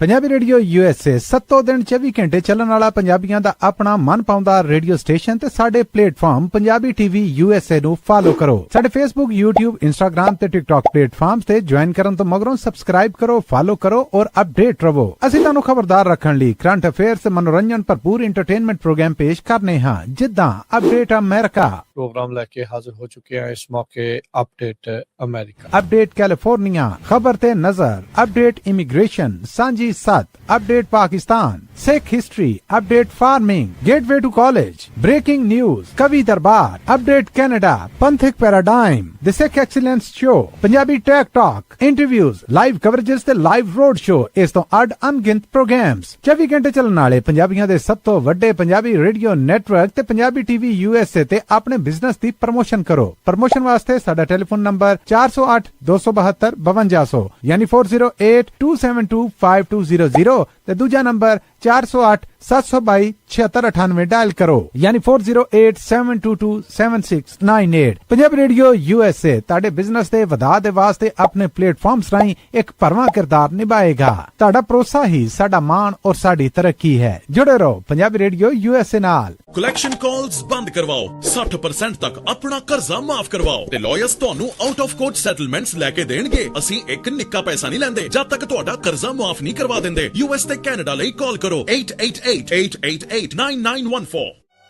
Good credit can open a lot of doors, but if you have bankruptcies, judgments, collections, garnishments, late payments, repossessions, you have been refused a loan, your credit is low, Zainu Credit Repair can help. Zainu Credit Repair specializes in repairing credit reports. Zainu Credit Repair will not charge a single penny until they produce results. Unable to get a loan or have questionable debt? Call Zainu. Repair your credit. Repair your life. For US and Canada, call 800-400-9468. Bankruptcy, judgements ਤੇ veg ਗਾਰਨਿਸ਼ਮੈਂਟਸ ਤੋਂ ਬਚੋ। 60% ਤੱਕ ਆਪਣਾ ਕਰਜ਼ਾ ਮਾਫ ਕਰਵਾਓ। ਸੌਖੇ monthly instalments ਭਰੋ। ਅਸੀਂ ਇੱਕ ਨਿੱਕਾ ਪੈਸਾ ਨਹੀਂ ਲੈਂਦੇ ਜਦ ਤੱਕ ਤੁਹਾਡਾ ਕਰਜ਼ਾ ਮਾਫ ਨਹੀਂ ਕਰਵਾ ਦਿੰਦੇ। US ਤੇ ਕੈਨੇਡਾ ਲਈ ਕਾਲ ਕਰੋ 888-888-9914। ਪੰਜਾਬੀ ਰੇਡੀਓ USA 7 ਦਿਨ 24 ਘੰਟੇ ਚੱਲਣ ਵਾਲਾ ਪੰਜਾਬੀਆਂ ਦਾ ਆਪਣਾ ਮਨਪਾਉਂਦਾ ਰੇਡੀਓ ਸਟੇਸ਼ਨ ਤੇ ਸਾਡੇ ਪਲੇਟਫਾਰਮ ਪੰਜਾਬੀ ਟੀਵੀ USA ਨੂੰ ਫਾਲੋ ਕਰੋ। ਸਾਡੇ Facebook, YouTube, Instagram ਤੇ TikTok ਪਲੇਟਫਾਰਮਸ ਤੇ ब्रेक तो बाद एक बार फिर आप सब का स्वागत करते हैं। श्रोते प्रोग्राम ਚੱਲ ਰਿਹਾ ਜੀ ਅਪਡੇਟ ਫਾਰਮਿੰਗ। ਮੈਂ ਰਾਜਕਨਵੀਰ ਸਿੰਘ, ਜੁੜੇ ਹੋਏ ਨੇ ਅਰਸ਼ਦੀਪ ਸਿੰਘ ਜੀ। ਹਾਂਜੀ ਅਰਸ਼ਦੀਪ ਸਿੰਘ ਜੀ, ਜੀ ਆਇਆਂ ਨੂੰ ਇੱਕ ਵਾਰੀ ਫਿਰ ਸਵਾਗਤ ਹੈ। ਸਤਿ ਸ਼੍ਰੀ ਅਕਾਲ ਜੀ। ਸਤਿ ਸ਼੍ਰੀ ਅਕਾਲ ਰਾਜਕਨ ਜੀ, ਸਤਿ ਸ਼੍ਰੀ ਅਕਾਲ ਜੀ ਗੱਲਬਾਤ ਆਪਾਂ ਕਰ ਰਹੇ ਸੀ, ਬ੍ਰੇਕ ਤੋਂ ਪਹਿਲਾਂ ਦੱਸ ਰਹੇ ਸੀਗੇ ਵੀ ਲੈਂਡ ਇਵੈਲੂਏਸ਼ਨ, ਜਿਹੜੀ egg land evaluation of the year ਤੁਸੀਂ ਡਿਸਕਸ ਕਰ ਰਹੇ ਸੀ ਵੀ ਕਿੱਦਾਂ ਇੱਕ ਥਾਂ ਤੋਂ ਦੋ ਜਾਣਿਆਂ ਨੇ ਵੱਖ-ਵੱਖ ਨੇ ਜ਼ਮੀਨ ਖਰੀਦੀ, ਐਗ ਲੈਂਡ ਖਰੀਦੀ, ਇੱਕ ਦੀ ਐਪਰੀਸ਼ੀਏਟ ਹੋ ਗਈ, ਇੱਕ ਦੀ ਡੈਪਰੀਸ਼ੀਏਟ ਹੋ ਗਈ। ਕੀ ਕਾਰਨ ਆ? ਇਹ ਕੇਸ ਸਟੱਡੀ ਦੇ ਬਾਰੇ ਥੋੜਾ ਜਿਹਾ ਸਾਨੂੰ ਦੱਸੋ, ਤੇ ਕਿਉਂ, ਨਾਲ ਇਹ ਦੱਸੋ ਵੀ ਇੰਪੋਰਟੈਂਸ ਆ ਵੀ ਵਾਟਰ ਰਾਈਟਸ, ਪਾਣੀ ਦੀ ਕੀ ਸਿਚੁਏਸ਼ਨ ਆ, ਤੇ ਹੋਰ ਜਿਹੜੀਆਂ ਸਿਚੁਏਸ਼ਨਸ ਆ ਉਹ ਕਿਉਂ ਅਹਿਮ ਹੁੰਦੀਆਂ ਆ ਡੀਲਸ ਜਿਹੜੀਆਂ ਉਹ ਬਣਾਉਣ ਦੇ ਲਈ। ਬੰਦਾ ਕਈ ਵਾਰੀ ਸਸਤੀ ਨੂੰ ਜਾ ਪੈਂਦਾ ਤੇ ਪਰ ਉਹ ਲੈਣੇ ਦੇ ਦੇਣੇ ਵਾਲੀ ਗੱਲ ਬਣ ਜਾਂਦੀ ਹੈ। ਹਾਂਜੀ, ਨਹੀਂ ਇਹ ਆਪਾਂ ਆਮ ਹੀ ਗੱਲ ਕਰਦੇ ਨੇ ਆਪਣੇ ਪ੍ਰੋਗਰਾਮ ਦੇ ਵਿੱਚ, ਹੈ ਨਾ, ਵੀ ਵਾਟਰ ਰਾਈਟਸ ਬਹੁਤ ਇੰਪੋਰਟੈਂਟ ਆ, ਹੈ ਨਾ।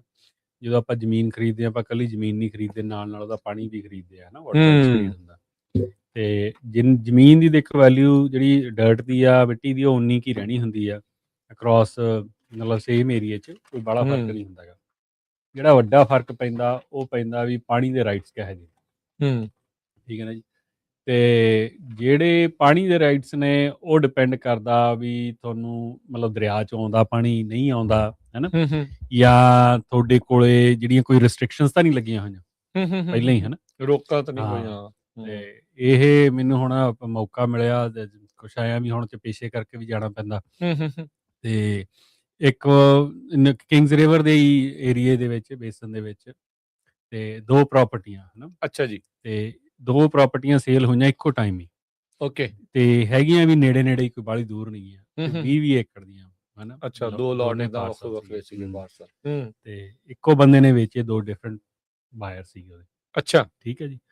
ਤੇ ਉਹ ਦੇਖੋ ਵੀ ਇੱਕ ਪ੍ਰਾਪਰਟੀ ਐਪਰੀਸ਼ੀਏਟ ਹੋਈ ਆ, 2021 ਚ ਸੇਲ ਹੋਈ, ਹੈ ਨਾ, ਤੇ ਦੂਜੀ ਪ੍ਰਾਪਰਟੀ ਡੈਪਰੀਸ਼ੀਏਟ ਹੋਈ। ਕਿੰਨਾ ਫਰਕ ਸੀਗਾ? ਦੇਖੋ, ਜਿਹੜੀ ਇੱਕ ਪ੍ਰਾਪਰਟੀ ਸੇਲ ਹੋਈ ਆਲਮੋਸਟ $8 ਲੱਖ ਦੀ, 20 ਏਕੜ। ਅੱਛਾ। ਤੇ ਦੂਜੀ ਸੇਲ ਹੋਈ ਸੀਗੀ 6 ਮਤਲਬ 6.5 ਦੀ। ਠੀਕ ਹੈ ਜੀ।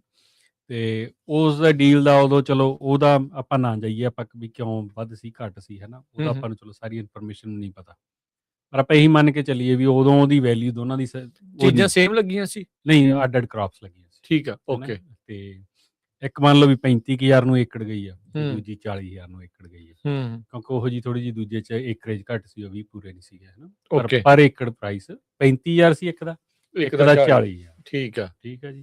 ਸੇਮ ਏਰੀਏ 'ਚ ਸੇਮ ਬੰਦਾ ਵੇਚ ਰਿਹਾ। ਹੁਣ 5 ਸਾਲ ਆ ਜਾਓ, 5 ਸਾਲ ਲੰਘ ਗਏ, ਹੈ ਨਾ, 26 ਜਾ ਗਏ। ਹਾਂ, 26 ਜਾ ਗਏ। ਹੁਣ ਜਿਹੜੀ 8 ਲੱਖ ਵਾਲੀ ਪ੍ਰਾਪਰਟੀ ਆ, ਉਹ ਹੋਣੀ ਆ ਉੱਥੇ $1 ਮਿਲੀਅਨ ਦੀ ਇਸ ਮੌਕੇ। ਹਾਂ, ਠੀਕ ਹੈ ਜੀ। ਤੇ ਉਹ ਐਪਰੀਸ਼ੀਏਟ ਹੋਈ, ਉਹ 50,000, 45 ਤੋਂ 50,000 ਦੇ ਮੇਰਾ ਐਸਟੀਮੇਟ ਹੈਗਾ ਵੀ ਉਹ ਪ੍ਰਾਪਰਟੀ ਅੱਜ ਵੀ ਸੈੱਲ ਹੋ ਜੂ ਜੇ ਕਰਨੀ ਹੋਵੇ। ਠੀਕ ਆ, ਠੀਕ ਹੈ ਜੀ। ਚਲੋ 45 ਹੀ ਲਈਏ ਆਪਾਂ, ਉਹ 40,000 ਤੋਂ 45,000 ਨੂੰ ਏਕੜ ਹੋ ਗਿਆ। ਠੀਕ ਆ, ਕੰਜ਼ਰਵੇਟਿਵ ਨੰਬਰ। ਤੇ ਦੂਜੀ ਪ੍ਰਾਪਰਟੀ ਜਿਹੜੀ 35,000 ਨੂੰ ਸੇਲ ਹੋਈ ਸੀ, ਉਹ 25 ਤੋਂ 30,000 ਦੇ ਵਿੱਚ ਵੈਲਿਊ ਹੋਊਗੀ ਉਹਦੀ 30 ਲਾ ਲਓ, ਚਲੋ ਇਹਦੀ ਵੱਧ ਲਾ ਲਈਏ ਆਪਾਂ। ਉਹਦੇ 5 ਵੱਧ ਗਏ ਤੇ 5 ਘਟ ਗਏ। ਹਾਂ, ਕਾਰਨ ਕਿਉਂ? ਗੱਲ ਇੱਥੇ ਆਉਂਦੀ ਕਿਉਂ। ਇਹੀ ਚੀਜ਼ ਆਪਾਂ ਆਮ ਹੀ ਦੱਸਣ ਦੀ ਕੋਸ਼ਿਸ਼ ਕਰਦੇ ਹੁੰਦੇ ਆ ਵੀ ਜਦੋਂ ਵੀ ਆਪਾਂ ਪ੍ਰਾਪਰਟੀ ਲੈਣੀ ਆ, 10 ਪਲਾਨ ਬਣਾਓ, ਹੈ ਨਾ, ਫਾਰਮ ਪਲਾਨ ਘੱਟੋ ਘੱਟ 10 ਸਾਲ ਦਾ, 5 ਸਾਲ ਦਾ ਤੁਹਾਡੇ ਕੋਲ ਪਲਾਨ ਹੋਣਾ ਚਾਹੀਦਾ ਜੀ, ਕਿ ਉਹਦੀ ਵਾਟਰ ਸਿਚੁਏਸ਼ਨ ਆ, ਉਹ ਸਾਰੀਆਂ ਚੀਜ਼ਾਂ ਤੁਹਾਨੂੰ ਸਮਝ ਹੋਵੇ, ਹੈ ਨਾ। ਹੁਣ ਇਹਨਾਂ ਦੋਨਾਂ 'ਚ ਫਰਕ ਇਹੀ ਸੀਗਾ ਵੀ ਇੱਕ ਸਿੰਗਲ ਸੋਰਸ ਆ, ਇੱਕ ਨੂੰ ਡਬਲ ਸੋਰਸ ਆ, ਇੱਕ ਨੂੰ ਪਾਣੀ ਲੱਗਦਾ ਡਿੱਚ ਦਾ। ਠੀਕ ਹੈ ਜੀ। ਅੱਛਾ। ਤੇ ਉਦੋਂ ਮੰਨ ਲਓ ਵੀ ਆਪਾਂ ਇਹੀ ਕਾਰਨ ਹੋ ਸਕਦਾ ਵੀ ਉਹਨਾਂ 'ਚ ਦੋਨਾਂ 'ਚ $5,000 ਦਾ ਫਰਕ ਹੋਵੇ ਵੀ ਇੱਕ ਸਿੰਗਲ ਸੋਰਸ ਸੀ, ਇੱਕ ਡਬਲ ਸੋਰਸ ਸੀ।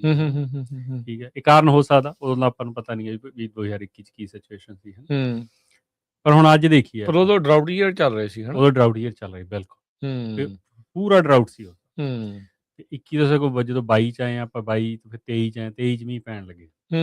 2 ਸਾਲ ਨਹੀਂ ਬਾਅਦ। ਹਾਂ, ਤੇ ਜਦੋਂ ਉਹ ਹੋਇਆ ਮਤਲਬ ਇਹ 35 ਤੋਂ 30 ਆ ਗਈ ਤੇ ਦੂਜੀ 35 ਤੋਂ 40 ਚਲੀ ਗਈ, ਹੈ ਨਾ, 40 ਤੋਂ 45 ਚਲੀ ਗਈ। ਇੱਕ 5,000 ਘਟੀ, ਇੱਕ 5,000 ਵਧੀ। ਠੀਕ ਹੈ, ਹੁਣ ਉਹਦਾ 5,000 ਘਟੀ, 5,000 ਵਧੀ ਤਾਂ ਨਹੀਂਗਾ। ਹੁਣ ਉਹ ਦੇਖੋ ਇੱਕ 30,000 ਨੂੰ ਆ, ਇੱਕ 45,000 ਨੂੰ। ਫਰਕ ਕਿੰਨਾ, ਹੈ ਨਾ। ਕਿਉਂ? ਸਿਰਫ ਇੱਕ ਨੂੰ ਡਿੱਚ ਦਾ ਵਾਟਰ ਲੱਗਦਾ, ਇੱਕ ਨੂੰ ਨਹੀਂ ਲੱਗਦਾ। ਜਿਹਨੂੰ ਨਹੀਂ ਲੱਗਦਾ ਉਹ ਡੈਪਰੀਸ਼ੀਏਟ ਹੋ ਗਈ ਪ੍ਰਾਪਰਟੀ। ਸਸਤੀ, ਚਲੋ ਆਪਾਂ ਇਹ ਅੰਦਾਜ਼ਾ ਲਾ ਰਹੇ ਵੀ ਮੇ ਵੀ ਸਸਤੀ ਵੀ ਉਦੋਂ ਤਾਂ ਹੀ ਸੀਗੀ ਦੂਜੀ ਦੇ ਨਾਲੋਂ। ਹਾਂ, ਬਟ ਫਿਰ ਵੀ ਉਹ ਦੇਖੋ ਵੀ ਹੋਰ ਘਟ ਗਏ। ਹਾਂ ਸੋ ਇਹ ਇੱਥੇ ਫਿਰ ਕੀ ਮਤਲਬ ਬੰਦੇ ਨੂੰ ਉਦੋਂ ਲੱਗ ਰਿਹਾ ਹੁੰਦਾ ਯਾਰ ਇਹ ਤਾਂ ਬੜੀ ਵਧੀਆ ਸਸਤੀ ਆ। ਸਸਤੀ ਆ, ਦੂਜੀ ਦੇ ਨਾਲੋਂ ਸਸਤੀ ਆ, ਹੂੰ। ਪਰ ਲੌਂਗ ਟਰਮ ਨਹੀਂ ਫਿਰ ਬੰਦਾ ਸੋਚ ਰਿਹਾ ਹੁੰਦਾ। ਇਹੀ ਜ਼ਰੂਰੀ ਹੈ ਜੀ, ਆਪਾਂ ਜਦੋਂ ਆਪਾਂ ਬਾਰ-ਬਾਰ ਇਹੀ ਗੱਲ ਕਹਿੰਦੇ ਹਾਂ ਵੀ ਤੁਹਾਡਾ 5 ਤੋਂ 10 ਸਾਲ ਦਾ ਪਲਾਨ ਹੋਣਾ ਚਾਹੀਦਾ ਨਾ, ਹੂੰ। ਉਹ ਇਹੀ ਗੱਲਾਂ 'ਚ ਹੁੰਦੇ ਆ। ਜਦੋਂ ਆਪਾਂ ਦੇਖਾਂਗੇ ਵੀ ਅੱਜ ਤੋਂ 10 ਸਾਲ ਅੱਗੇ, ਯਾਦ ਹੋਣਾ ਤੁਹਾਨੂੰ ਇੱਕ ਕਾਫੀ ਚਿਰ ਪਹਿਲਾਂ ਆਪਾਂ ਡਿਸਕਸ ਕੀਤਾ ਸੀਗਾ ਟੈਰਾਬੈਲਾ ਏਰੀਆ ਦੀ ਪ੍ਰਾਪਰਟੀ ਹੈ ਨਾ, ਹੂੰ। ਤੇ ਵੀ ਉਹਨਾਂ ਨੇ ਕਿਵੇਂ ਲਈ, ਕੀ ਉਹਦਾ ਸਸਤਾ ਸੀ, ਉਹ 'ਚ ਮੈਂ ਕਾਫੀ ਇਨਵੋਲਵ ਸੀਗਾ ਹੈ ਨਾ, ਤੇ ਉਹਨਾਂ ਨੇ ਪਲਾਨ ਬਣਾਇਆ, ਉਹਨਾਂ ਨੇ ਦੇਖਿਆ ਵੀ ਨਹੀਂ ਮੈਂ ਖੇਤੀ ਕਰ ਸਕਦਾ, ਉਸ ਹਿਸਾਬ ਨਾਲ ਪ੍ਰਾਈਸ ਆਫਰ ਕੀਤਾ ਉਹਨਾਂ ਨੇ ਵੀ ਆ ਮੈਨੂੰ ਵਾਰਾ ਹਾਂ, ਵੀ ਇਹ ਸਾਰੀਆਂ ਚੀਜ਼ਾਂ ਦੇਖ ਕੇ ਵੀ ਇਵੈਂਚੁਅਲੀ ਇੰਨੇ ਸਾਲ ਜੇ ਮੈਂ ਲਾਉਂਗਾ ਤਾਂ ਫਿਰ ਜਾ ਕੇ ਕਿਤੇ ਫ੍ਰੀ ਹੁੰਦਾ ਆ ਕੰਮ, ਵੀ ਜੇ ਇੰਨੀ ਕਰਦਾ ਵੀ ਰਵਾਂ ਤਾਂ। ਪਰ ਆਪਾਂ ਉਵੇਂ ਦੇਖ ਕੇ ਪ੍ਰਾਪਰਟੀ ਨਹੀਂ ਲੈਂਦੇ, ਆਪਾਂ ਦੇਖ ਕੇ ਲੈਂਦੇ ਵੀ ਪ੍ਰਾਪਰਟੀ ਠੀਕ ਅੱਜ ਦੇ ਕੱਲ 'ਚ ਬਹੁਤ ਜ਼ਿਆਦਾ ਚੀਜ਼ਾਂ ਚੇਂਜ ਹੋ ਜਾਂਦੀਆਂ। ਅੱਛਾ, ਇੱਕ ਚੀਜ਼ ਦਾ ਉੱਦਾਂ ਇਹ ਫਰਕ ਪਿਆ, ਅੱਗੇ ਲੋਕੀ ਪ੍ਰਾਪਰਟੀ ਲੈ ਕੇ ਤੁਹਾਨੂੰ ਕਾਲ ਕਰਦੇ ਸੀ ਦੇਖਿਓ ਕਿੱਦਾਂ ਹੈ, ਹੁਣ ਲੈਣ ਤੋਂ ਪਹਿਲਾਂ ਕਾਲ ਲੈਂਦੇ ਆ। ਹਾਂ ਨਹੀਂ, ਇਹ 'ਚ ਤਾਂ ਕਾਫੀ ਜ਼ਿਆਦਾ ਅਵੇਅਰਨੈਸ ਤਾਂ ਹੋਈ ਹੈ ਕ੍ਰੀਏਟ, ਜਿੰਨੇ ਕ ਆਪਣੇ ਬੰਦੇ ਇਨਵੋਲਵ ਨੇ ਜਾਂ ਗਰੁੱਪਸ ਦੇ ਨੇੜੇ ਤੇੜੇ ਨੇ ਹੈ ਨਾ, ਪੱਗ ਦੇ ਨੇੜੇ ਨੇ ਜਾਂ ਕੋਈ ਕਿਸੇ ਜਾਂ ਗਰੁੱਪ 'ਚ WhatsApp ਗਰੁੱਪ 'ਚ ਜਾਂ ਦੂਜੇ ਲੋਕ ਵੀ ਜਿਹੜੇ ਜਾਣਦੇ ਆ, ਤੇ ਉਹ ਤਾਂ ਦੇਖੋ ਸਾਰੇ ਜਾਣੇ ਪੁੱਛ ਲੈਂਦੇ ਆ। ਗਰੁੱਪਸ ਵੀ ਬਹੁਤ ਮੈਸੇਜ ਆਉਂਦੇ ਨੇ, ਤੇ ਆਪ ਵੀ ਡਾਇਰੈਕਟ ਫੋਨ ਕਾਲ ਵੀ ਬਥੇਰੀਆਂ ਆ ਜਾਂਦੀਆਂ ਨੇ, ਕਿਉਂਕਿ ਕਈ ਬੰਦੇ ਪਰਸਨਲੀ ਸ਼ੇਅਰ ਨਹੀਂ ਕਰਦੇ ਉਹਦਾ ਸਾਰਾ ਕੁਛ ਹੈ ਨਾ, ਤੇ ਉਹ ਪੁੱਛ ਲੈਂਦੇ ਨੇ ਵੀ ਇਹ ਪ੍ਰਾਪਰਟੀ ਦੀ ਆਹ ਕੰਡੀਸ਼ਨ ਆ, ਵੀ ਕਿਵੇਂ ਲੱਗਦੀ ਹੈ, ਲੈਣੀ ਚਾਹੀਦੀ ਕਿ ਨਹੀਂ। ਹਾਂ ਹੈ ਨਾ, ਤੇ ਆਪਾਂ ਜਿਹੜੀ ਹੈ ਟਰੂ ਔਨੈਸਟ ਓਪੀਨੀਅਨ ਦੇ ਦਈਦਾ ਵੀ ਇਹ ਪ੍ਰਾਪਰਟੀ ਭਈ ਆਹ ਹੈਗਾ, ਤੇ 5-10 ਸਾਲ ਨੂੰ ਇਹਦੀ ਇਹੋ ਜਿਹੀ ਦੇਖ ਹੋਣੀ ਚਾਹੀਦੀ ਹੈ। ਕਈ ਏਰੀਆ ਦਾ ਚਲੋ ਆਪਾਂ ਨੂੰ ਨਹੀਂ ਪਤਾ GSPs ਕੀ ਲਿਖੀਆਂ ਹੋਈਆਂ ਨੇ, ਉੱਥੇ ਆਪਾਂ ਨੂੰ ਕਹਿ ਦਈਦਾ ਵੀ ਆਪਦਾ ਜਿਹੜਾ ਤੁਹਾਡਾ ਲੋਕਲ ਵਾਟਰ ਡਿਸਟ੍ਰਿਕਟ ਆ ਉਹਦੇ ਕੋਲੇ ਜਾਓ, ਉਹਨੂੰ ਪੁੱਛੋ ਵੀ ਆਹ ਪ੍ਰਾਪਰਟੀ ਭਾਈ 5 ਸਾਲਾਂ ਨੂੰ ਕਿੰਨਾ ਪਾਣੀ ਹੈ, ਤੁਹਾਡਾ ਕੀ ਪਲਾਨ ਆ, ਮੈਨੂੰ ਦੱਸੋ, ਦੱਸ ਦਿੰਦੇ ਨੇ ਸਾਰੇ, ਟਾਈਮ ਲੈ ਕੇ ਜਾਓ। ਸੋ ਇਹ ਅੱਜ ਕੱਲ ਜਿਹੜੀ ਵੈਲਿਊਏਸ਼ਨ ਆ, ਕੀ ਬੈਂਕ ਵਧੀਆ ਕਰਦਾ ਆ, ਕਿੱਦਾਂ ਮਤਲਬ ਵੈਲਿਊਏਸ਼ਨ ਅੱਜ ਕੱਲ ਕਿਵੇਂ ਜਿਹੜੀ ਉਹ ਦੇਖੀ ਜਾ ਰਹੀ ਹੈ, ਕਿਉਂਕਿ ਹੁਣ ਅਨਲੈਸ ਤੁਹਾਡੇ ਕੋਲ ਕੈਸ਼ ਪਿਆ ਹੈ ਉਹਨਾਂ ਤੁਸੀਂ ਉਨੀ ਦੇਰ ਤੱਕ ਬਾਏ ਨਹੀਂ ਕਰ ਸਕਦੇ ਜਿੰਨੀ ਦੇਰ ਤੱਕ ਤੁਹਾਨੂੰ ਲੋਨ ਨਹੀਂ ਮਿਲਦਾ। ਹਾਂਜੀ, ਹਨਾ, ਤੇ ਉਹ ਫਿਰ ਹੁਣ ਬੈਂਕਾਂ ਵਾਲਿਆਂ ਨੇ ਵੀ ਇਹ ਚੀਜ਼ ਤਾਂ obviously single source, double source, ਉਹ ਸਾਰੀਆਂ ਚੀਜ਼ਾਂ ਜਿਹੜੀਆਂ ਕੀਤੀਆਂ, ਪਹਿਲਾਂ ਨਹੀਂ ਉਹਨਾਂ ਨੇ ਕੁਝ ਵੀ ਸੋਚਿਆ, ਪਹਿਲਾਂ ਤਾਂ ਧੜਾ ਉਹਨਾਂ ਨੇ ਲੋਨ ਦਿੱਤੇ ਆ, ਪਰ ਹੁਣ ਉਹਨਾਂ ਨੂੰ ਵੀ ਟੈਨਸ਼ਨ ਆ ਵੀ ਇਹ ਡਿਫਾਲਟ ਹੋ ਜਾਣੇ। ਬਿਲਕੁਲ, ਉਹਨਾਂ ਦਾ ਇਹ ਦੇਖੋ ਬੈਂਕਾਂ ਦੀ ਜਿਹੜੀ ਅਪਰੇਜ਼ਲ ਟੀਮ ਸੀਗੀਆਂ ਉਹਨਾਂ ਨੂੰ ਵੀ ਨਹੀਂ ਪਤਾ ਸੀ, ਜਿਹੜੇ ਅਪਰੇਜ਼ਰ ਤਾਂ ਥਰਡ ਪਾਰਟੀ ਹੁੰਦੀ ਆ ਹੈ ਨਾ ਮੋਸਟਲੀ, ਤੇ ਉਹਨਾਂ ਨੂੰ ਨਹੀਂ ਪਤਾ ਜੀ 2018 ਤੋਂ ਲੈ ਕੇ 2022 ਤੱਕ 23 ਤੱਕ 4-5 ਸਾਲ ਅਪਰੇਜ਼ਲਾਂ ਵੀ ਉਹਨਾਂ ਨੇ ਗਲਤ ਦੇਤੀਆਂ, ਮਤਲਬ ਬਹੁਤ ਹਾਈ ਦੇਤੀ, ਬੈਂਕ ਨੇ ਲੋਨ ਕਰਤਾ ਤੇ ਬਾਅਦ 'ਚ ਪਤਾ ਲੱਗਿਆ ਵੀ ਇਹ ਸਿੰਗਲ ਸੋਰਸ ਹੀ ਆ ਤੇ ਉਹ ਡੈਪਰੀਸ਼ੀਏਟ ਹੋ ਗਈ ਪ੍ਰਾਪਰਟੀ ਹੈ ਨਾ। ਤੇ ਹੁਣ ਜੇ ਤੁਸੀਂ ਅੱਜ ਦੇਖ ਲਓ ਵੀ ਜਿਹੜੀ ਆਪਾਂ ਇਸ ਏਰੀਏ ਦੀ ਗੱਲ ਕਰੀਏ, ਕਿੰਗਸ ਰਿਵਰ ਦੀ ਜਾਂ ਮਡੇਰੇ ਦੀ ਜਾਂ ਟਲੈਰੀ ਦੀ ਜਾਂ ਇਹ ਇਹਨਾਂ ਬੇਸਿਸ ਦੀ, ਜੇ ਸਿੰਗਲ ਸੋਰਸ ਆ ਤਾਂ ਬਾਹਲੀਆਂ ਬੈਂਕਾਂ ਦਾ ਹੱਥ ਹੀ ਨਹੀਂ ਪਾਉਂਦੀਆਂ। ਠੀਕ ਹੈ, ਜੇ ਤੁਸੀਂ ਕਹਿੰਦੇ ਆ ਵੀ ਨਹੀਂ ਵੀ ਤੁਹਾਡੇ ਬੈਂਕਰ ਨਾਲ ਰਿਲੇਸ਼ਨ ਹੈਗੇ ਆ, ਵੀ ਕਹਿੰਦੇ ਵੀ ਨਹੀਂ ਮੈਂ ਲੈਣੀ ਆ, ਵੀ ਮੇਰੇ ਕੋਲ ਦੂਜੀ ਪ੍ਰਾਪਰਟੀ ਹੈਗੀ ਆ, ਫਿਰ ਉਹ ਤੁਹਾਨੂੰ ਪਹਿਲਾਂ ਹੀ ਕਹਿ ਦਿੰਦੇ ਨੇ ਵੀ ਇਹਦੀ ਵੈਲਿਊਏਸ਼ਨ ਕਾਫੀ ਘੱਟ ਆਉਣੀ ਆ, ਅਪਰੇਜ਼ਡ ਵੈਲਿਊ ਜੋ ਵੀ ਆ, ਜੇ ਤੂੰ ਭਾਈ ਤੂੰ ਜਾਇਜ਼ ਹੀ ਲੈਣੀ ਆ ਲੈ ਲਾ, ਵੀ ਦੈਨ ਫਿਰ ਤੈਨੂੰ ਆਪਦੇ ਪੱਲੇ ਹੀ ਪਾਉਣੇ ਪੈਣੇ ਨੇ ਸਾਰੇ ਪੈਸੇ, ਜਿੰਨਾ ਵੀ ਡਿਫਰੈਂਸ ਹੋਊਗਾ। ਹਾਂ, ਤੇ ਕਿਉਂਕਿ ਜਿਹੜੇ ਸਟਰੋਂਗ ਵਾਟਰ ਰਾਈਟਸ ਵਾਲੀਆਂ ਪ੍ਰਾਪਰਟੀ ਨਾ, ਉਹ ਤਾਂ ਬੈਂਕ 30% ਤੱਕ ਵੀ ਚਲੀ ਜਾਂਦੀ ਹੈ, ਵੀ 30% ਤੁਸੀਂ ਦੇ ਦਿਓ, 70 ਅਸੀਂ ਦੇ ਦਿੰਦੇ ਹਾਂ। ਅੱਛਾ, ਤੇ ਦੂਜੀਆਂ ਦੇਖ ਲਓ 45-50 ਤੇ ਵੀ ਹੋ ਜਾਂਦਾ, ਵੀ ਅਸੀਂ ਤਾਂ ਅੱਧਾ ਹੀ ਦੇਣੇ ਆ, ਇਹ ਤੋਂ ਵੱਧ ਨਹੀਂ ਦੇ ਸਕਦੇ, ਵੀ ਅਸੀਂ 50% ਹੀ ਦੇ ਸਕਦੇ ਹਾਂ, ਤੇ ਤੁਸੀਂ 50% ਆਪਦੇ ਕੋਲੋਂ ਪਾਓ, ਤੇ ਉਹਦੀ ਉਹਨਾਂ ਨੇ ਅਪਰੇਜ਼ਡ ਵੈਲਿਊ ਵੀ ਘੱਟ ਕੱਢਣੀ ਹੈ ਪਹਿਲਾਂ, ਹੈ ਨਾ। ਕਿਤੇ ਨਾ ਕਿਤੇ ਆਪਾਂ ਅਰਸ਼ਦੀਪ ਸਿੰਘ ਇਹ ਵੀ ਕਹਿ ਸਕਦੇ ਹਾਂ ਵੀ ਸਿਗਮਾ ਬਾਰੇ ਗੱਲ ਨਾ ਬਹੁਤੀ ਹੋਣ ਕਰਕੇ ਜਾਂ ਉਹਦਾ ਪਤਾ ਨਾ ਹੋਣ ਕਰਕੇ ਬੈਂਕ ਵਾਲੇ ਵੀ ਧੋਖਾ ਖਾ ਹੀ ਗਏ।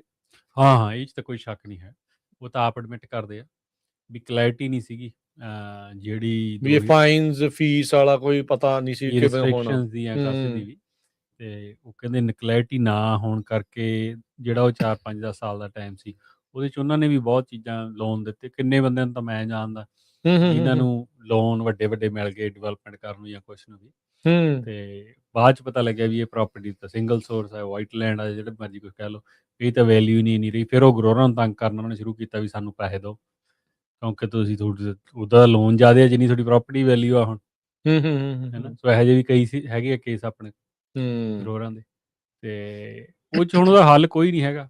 ਹੱਲ ਕੀ ਆ, ਤੁਸੀਂ ਉੱਠ ਕੇ ਜਾਣਾ ਪੈਣਾ ਤੁਹਾਨੂੰ, ਪ੍ਰਾਪਰਟੀ 'ਚ ਤੁਹਾਨੂੰ ਕੁਛ ਵੀ ਨਹੀਂ ਮਿਲਣਾ ਹੈਗਾ, ਬੇਸਿਕਲੀ ਤੁਹਾਡੀ ਪ੍ਰਾਪਰਟੀ ਵੈਲਿਊ ਨਹੀਂ ਰਹੀ ਹੋਣੀ। ਆਹੋ, ਜੋ ਲਾਇਆ ਸੀ ਉਹਦੇ ਵਿੱਚ ਉੱਡ ਗਿਆ, ਕੋਈ ਉਹਦੇ ਵਿੱਚ ਐਕੁਇਟੀ ਨਹੀਂ ਬਚੀ, ਪੱਲਿਓਂ ਪਾ ਕੇ ਛੱਡਣ ਵਾਲਾ, ਖਹਿੜਾ ਛਡਾਉਣ ਵਾਲੀ ਗੱਲ ਬਣ ਜਾਂਦੀ ਹੈ ਫਿਰ। ਪਰ ਹੁਣ ਇਹ ਜ਼ਰੂਰ ਹੈ, ਇੱਕ ਤਾਂ ਅਵੇਅਰਨੈਸ ਲੋਕਾਂ 'ਚ ਵੀ ਜ਼ਿਆਦਾ ਹੈ ਮੈਨੂੰ ਲੱਗਦਾ ਹੂੰ ਥੋੜ੍ਹੀ ਜਿਹੀ, ਤੇ ਇੱਕ ਹੁਣ ਬੈਂਕਾਂ ਦੀ ਕਲੈਰਿਟੀ ਹੋ ਗਈ ਹੈ। ਜੇ ਕੋਈ ਬਾਈ ਚਾਂਸ ਕਿਸੇ ਨੂੰ ਮਾਰਨ ਦੀ ਵੀ ਕੋਸ਼ਿਸ਼ ਕਰਦਾ ਨਾ, ਪ੍ਰਾਪਰਟੀ ਵੀ ਕੋਈ ਚੀਜ਼ਾਂ ਲੁਕੋ ਕੇ ਜਾਂ ਇੱਧਰੋਂ ਉੱਧਰੋਂ, ਹਾਂ ਹਾਂ ਹਾਂ ਹਾਂ ਤੇ ਫਿਰ ਵੀ ਉਹ ਬੈਂਕ ਅਪਰੇਜ਼ ਕਰਦੀ ਹੈ, ਉਹ ਕਹਿੰਦੀ ਵੀ ਤਾਂ ਵੈਲਿਊ ਹੀ ਇੰਨੀ ਹੈ, ਤੂੰ ਜੇ ਨਹੀਂ, ਉਹ ਬੰਦਾ ਕਹਿੰਦਾ ਵੀ ਇੰਨੀ ਦੀ ਕਿਵੇਂ ਹੋ ਸਕਦੀ ਹੈ ਵੀ ਪ੍ਰਾਪਰਟੀਆਂ ਸਾਰੀਆਂ, ਫਿਰ ਉਹਨਾਂ ਨੂੰ ਸਮਝਾ ਦਿੰਦੇ ਵੀ ਇਹਦਾ ਸਿੰਗਲ ਸੋਰਸ ਹੀ ਆ ਇਹਦੇ ਇਸ਼ੂ ਨੇ ਭਾਈ, ਅਸੀਂ ਇੰਨੇ ਪੈਸੇ ਨਹੀਂ ਲੈ ਸਕਦੇ। ਸੋ ਹੁਣ ਇੱਕ ਸਵਾਲ ਹੋਰ ਜ਼ਰੂਰ ਚੈੱਕ ਐਂਡ ਪੁੱਛੋ। ਬੈਲੈਂਸ ਲੱਗ ਗਿਆ ਪ੍ਰੋਸੈਸ ਤੇ। ਚੰਗਾ ਹੋ ਗਿਆ, ਹਾਂ ਨਹੀਂ ਵਧੀਆ ਗੱਲ ਆ। ਇਨਵੈਸਟਰ ਵੀ ਬਚਦਾ ਆ ਤੇ ਦੂਜਾ ਵੀ ਹਾਂ। ਬਚਦੇ ਆ, ਪਰ ਉਹ ਬੰਦੇ ਫਸ ਜਾਂਦੇ ਜਿਹੜੇ ਕੈਸ਼ ਡੀਲ ਲੈ ਲੈਂਦੇ। ਉਹ ਤਾਂ ਫਿਰ ਹੋ ਹੀ ਜਾਂਦੀ ਹੈ ਨਾ। ਹਾਂ ਹੂੰ। ਕੈਸ਼ ਆਪਾਂ ਡੀਲ ਲੈਂਦੇ ਆ ਨਾ, ਤੇ ਉਹਦੇ 'ਚ ਫਿਰ ਇਹ ਚੀਜ਼ਾਂ ਆਉਂਦੀਆਂ ਨਹੀਂ ਆ, ਤੇ ਉਹ ਸਿੱਧਾ ਹੀ ਚਲਿਆ ਜਾਂਦਾ, ਹੂੰ ਤੇ ਉੱਥੇ ਜ਼ਰੂਰ ਇਹ ਹਜੇ ਹੈਗੀ ਆ ਸਮੱਸਿਆ। ਹੂੰ ਪਰ ਆਪਾਂ ਨੂੰ ਆਪਦੇ ਆਪ ਨੂੰ ਥੋੜ੍ਹਾ ਜਿਹਾ ਮੈਨੂੰ ਲੱਗਦਾ ਕੋਸ਼ਿਸ਼ ਕਰਨੀ ਚਾਹੀਦੀ ਹੈ ਵੀ ਇਨਫੋਰਮੇਸ਼ਨ ਹੋਵੇ ਹੀ ਆਪਦੇ ਕੋਲੇ, ਹੂੰ ਕਿਉਂ ਹੂੰ ਕਿਸੇ ਤੇ ਆਪਾਂ ਕਿਉਂ ਡਿਪੈਂਡੈਂਟ ਹੋਣਾ। ਸਹੀ ਗੱਲ ਆ, ਹਮ। ਸਹੀ ਗੱਲ ਆ, ਨਹੀਂ ਬਿਲਕੁਲ। ਸੋ ਇਹ ਜ਼ਰੂਰੀ ਆ ਤੇ ਧਿਆਨ ਰੱਖਿਆ ਕਰੋ ਭਾਈ। ਤੇ ਬਾਕੀ ਕੋਈ ਤੁਹਾਨੂੰ ਸਵਾਲ ਹੈਗਾ, ਕੋਈ ਕੁਐਸਚਨ ਆ ਖਾਸ ਕਰਕੇ ਐਗ ਦੇ ਨਾਲ ਸੰਬੰਧਿਤ ਵੈਸੇ ਵੀ, ਤੇ ਜਾਂ ਫਿਰ ਐਗ ਦੀ ਚਾਹੇ ਇਨਵੈਸਟਮੈਂਟ ਸੋਚ ਰਹੇ ਹੋ ਤੁਸੀਂ, ਖਰੀਦਣਾ ਆ ਵੇਚਣਾ ਆ ਕੁਛ ਵੀ ਆ, ਤਾਂ ਆਪਣੇ ਬਾਈ ਅਰਸ਼ ਨੂੰ ਵੀ ਮੌਕਾ ਦਿਓ ਹੁਣ। ਤੇ ਇਹ ਹੁਣ ਰੀਅਲਟਰ ਵੀ ਹੈਗੇ ਆ, ਤੇ 5594516270 ਇਸ ਦੇ ਉੱਤੇ ਇਹਨਾਂ ਦੇ ਨਾਲ ਕੰਟੈਕਟ ਵੀ ਜਿਹੜਾ ਉਹ ਤੁਸੀਂ ਕਰ ਸਕਦੇ ਆ। ਇਨਵੈਸਟਮੈਂਟ ਕਿਸੇ ਵੀ ਤਰੀਕੇ ਦੀ ਕਰਨ ਤੋਂ ਪਹਿਲਾਂ ਸਵਾਲ ਜਵਾਬ ਤੁਹਾਡੇ ਜਿਹੜੇ ਜ਼ਰੂਰ ਹੋਣੇ ਚਾਹੀਦੇ। ਕੀ ਕੁਐਸਚਨ ਪੁੱਛਣੇ ਆ ਉਹਦੇ ਬਾਰੇ ਵੀ ਤੁਸੀਂ ਇਹਨਾਂ ਨਾਲ ਡਿਸਕਸ ਜਿਹੜਾ ਜ਼ਰੂਰ ਕਰਿਆ ਕਰੋ। ਤੁਹਾਡੀ ਇਵੈਂਚੁਅਲੀ ਮਿਹਨਤ ਦੀ ਕਮਾਈ ਹੁੰਦੀ ਆ, ਤੇ ਕੋਈ ਨਹੀਂ ਜਾਣਾ ਚਾਹੁੰਦਾ ਵੀ ਚਾਹੁੰਦਾ ਵੀ ਭਾਈ ਖਰਾਬ ਹੋ ਜਾਵੇ ਕੰਮ। ਸੋ ਸਾਰੇ ਜਣੇ ਵਧੋ ਫੁੱਲੋ, ਵਧੀਆ ਵਧੀਆ ਜਿਹੜਾ ਤੁਹਾਡਾ ਕੰਮ ਜਿਹੜਾ ਉਹ ਚੱਲਦਾ ਰਹੇ। ਤੇ ਅਰਸ਼ਦੀਪ ਸਿੰਘ, ਸੈਕਰਾਮੈਂਟੋ ਤੋਂ ਕੀ ਕੋਈ ਹੋਰ ਅਪਡੇਟ ਕੋਈ ਆ ਰਹੀ ਹੈ, ਕੋਈ ਹੋਰ ਮੀਟਿੰਗ ਵਗੈਰਾ ਕੋਈ ਹੋਈ ਕੁਛ ਬਜਟ ਨੂੰ ਲੈ ਕੇ? ਜਦੋਂ ਸ਼ੁਰੂਆਤੀ ਦੌਰ ਦੇ ਵਿੱਚ ਪੱਗ ਵੱਲੋਂ ਤੁਸੀਂ ਰਿਪਰੈਜ਼ੈਂਟ ਕਰਦੇ ਰਹੇ, ਜਾਂਦੇ ਰਹੇ, ਸਵਾਲ ਜਵਾਬ ਹੁੰਦੇ ਰਹੇ, ਕੀ ਲੇਟੈਸਟ ਕੋਈ ਅਪਡੇਟ ਆ ਕੁਛ ਕਿਸੇ ਤਰੀਕੇ ਦੀ?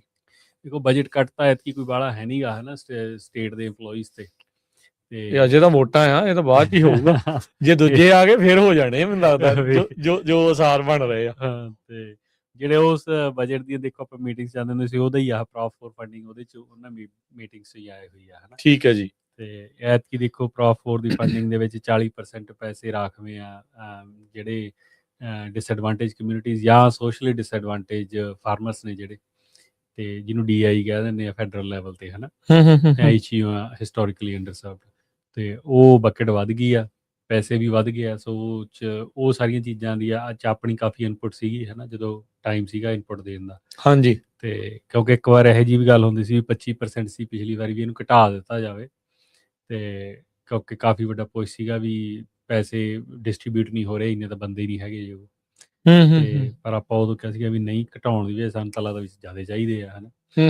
ਸੋ ਚਲੋ ਉਹ ਵੀ ਯਾਨੀ ਕਿ ਆਪਾਂ ਨੂੰ ਵਿਨ ਹੀ ਆਪਣੇ ਸਾਰਿਆਂ ਲਈ, ਇਨਪੁਟ ਹੀ ਦਿੱਤੀ ਆਪਾਂ ਉਹਨਾਂ ਆਪਣੇ ਨੂੰ, ਇਕੱਲਿਆਂ ਲਈ ਨਹੀਂ, ਕਾਫੀ ਹੋਰ ਵੀ ਆਰਗੇਨਾਈਜੇਸ਼ਨਾਂ ਸੀਗੀ। ਸੋ ਉਹਦੇ 'ਚ ਦੇਖੋ ਵੀ ਜੇ 40% ਪੈਸੇ $170 ਮਿਲੀਅਨ 'ਚ ਇੱਧਰ ਆਉਣੇ ਨੇ, ਤੇ ਆਲਮੋਸਟ $70 ਮਿਲੀਅਨ ਆ ਵੀ ਜੀ 'ਚ ਜਿਹੜਾ ਆਪਾਂ ਨੂੰ ਸਿੱਧਾ ਟਾਰਗੇਟ ਹੋਣਾ, ਬਾਕੀ ਦੇ 'ਚ ਫਿਰ ਵੀ ਕੁਆਲੀਫਾਈ ਕਰ ਸਕਦੇ। ਸੋ ਇਹ ਸਾਰੀਆਂ ਚੀਜ਼ਾਂ ਮੈਟਰ ਕਰਦੀਆਂ ਨੇ। ਸੋ ਚਲੋ ਵਧੀਆ, ਹੋਪਫੁਲ ਆ, ਤੇ ਹੋਪਫੁਲ ਰਹਿਣਾ ਚਾਹੀਦਾ ਵੀ ਚੰਗਾ ਜਿਹੜਾ ਉਹ ਵਕਤ ਜਿਹੜਾ ਉਹ ਬਣੇ, ਤੇ ਕਿਸਾਨੀ ਪ੍ਰਫੁੱਲਤ ਜਿਹੜੀ ਉਹ ਹੋਵੇ। ਤੇ ਬਾਕੀ ਆਪਣੇ ਆਪ ਨੂੰ ਭਾਈ ਜਿਹਦਾ ਸ਼ਬਦ ਵਰਤਿਆ ਜਾਂਦਾ ਐਜੂਕੇਟ, ਧਿਆਨ 'ਚ ਰੱਖੋ ਕੀ ਕੁਛ ਹੋ ਰਿਹਾ, ਕੀ ਨਵੀਆਂ ਚੀਜ਼ਾਂ ਆ ਰਹੀਆਂ, ਤੇ ਉਹਦੇ ਬਾਰੇ ਧਿਆਨ ਰੱਖੋ। ਧੰਨਵਾਦ ਅਰਸ਼ਦੀਪ ਸਿੰਘ, ਅੱਜ ਦਾ ਸਮਾਂ ਇੱਥੇ ਸਮਾਪਤ ਆ। ਮਿਲਦੇ ਅਗਲੀ ਵਾਰੀ। ਸਤਿ ਸ਼੍ਰੀ ਅਕਾਲ। ਸਤਿ ਸ਼੍ਰੀ ਅਕਾਲ ਜੀ।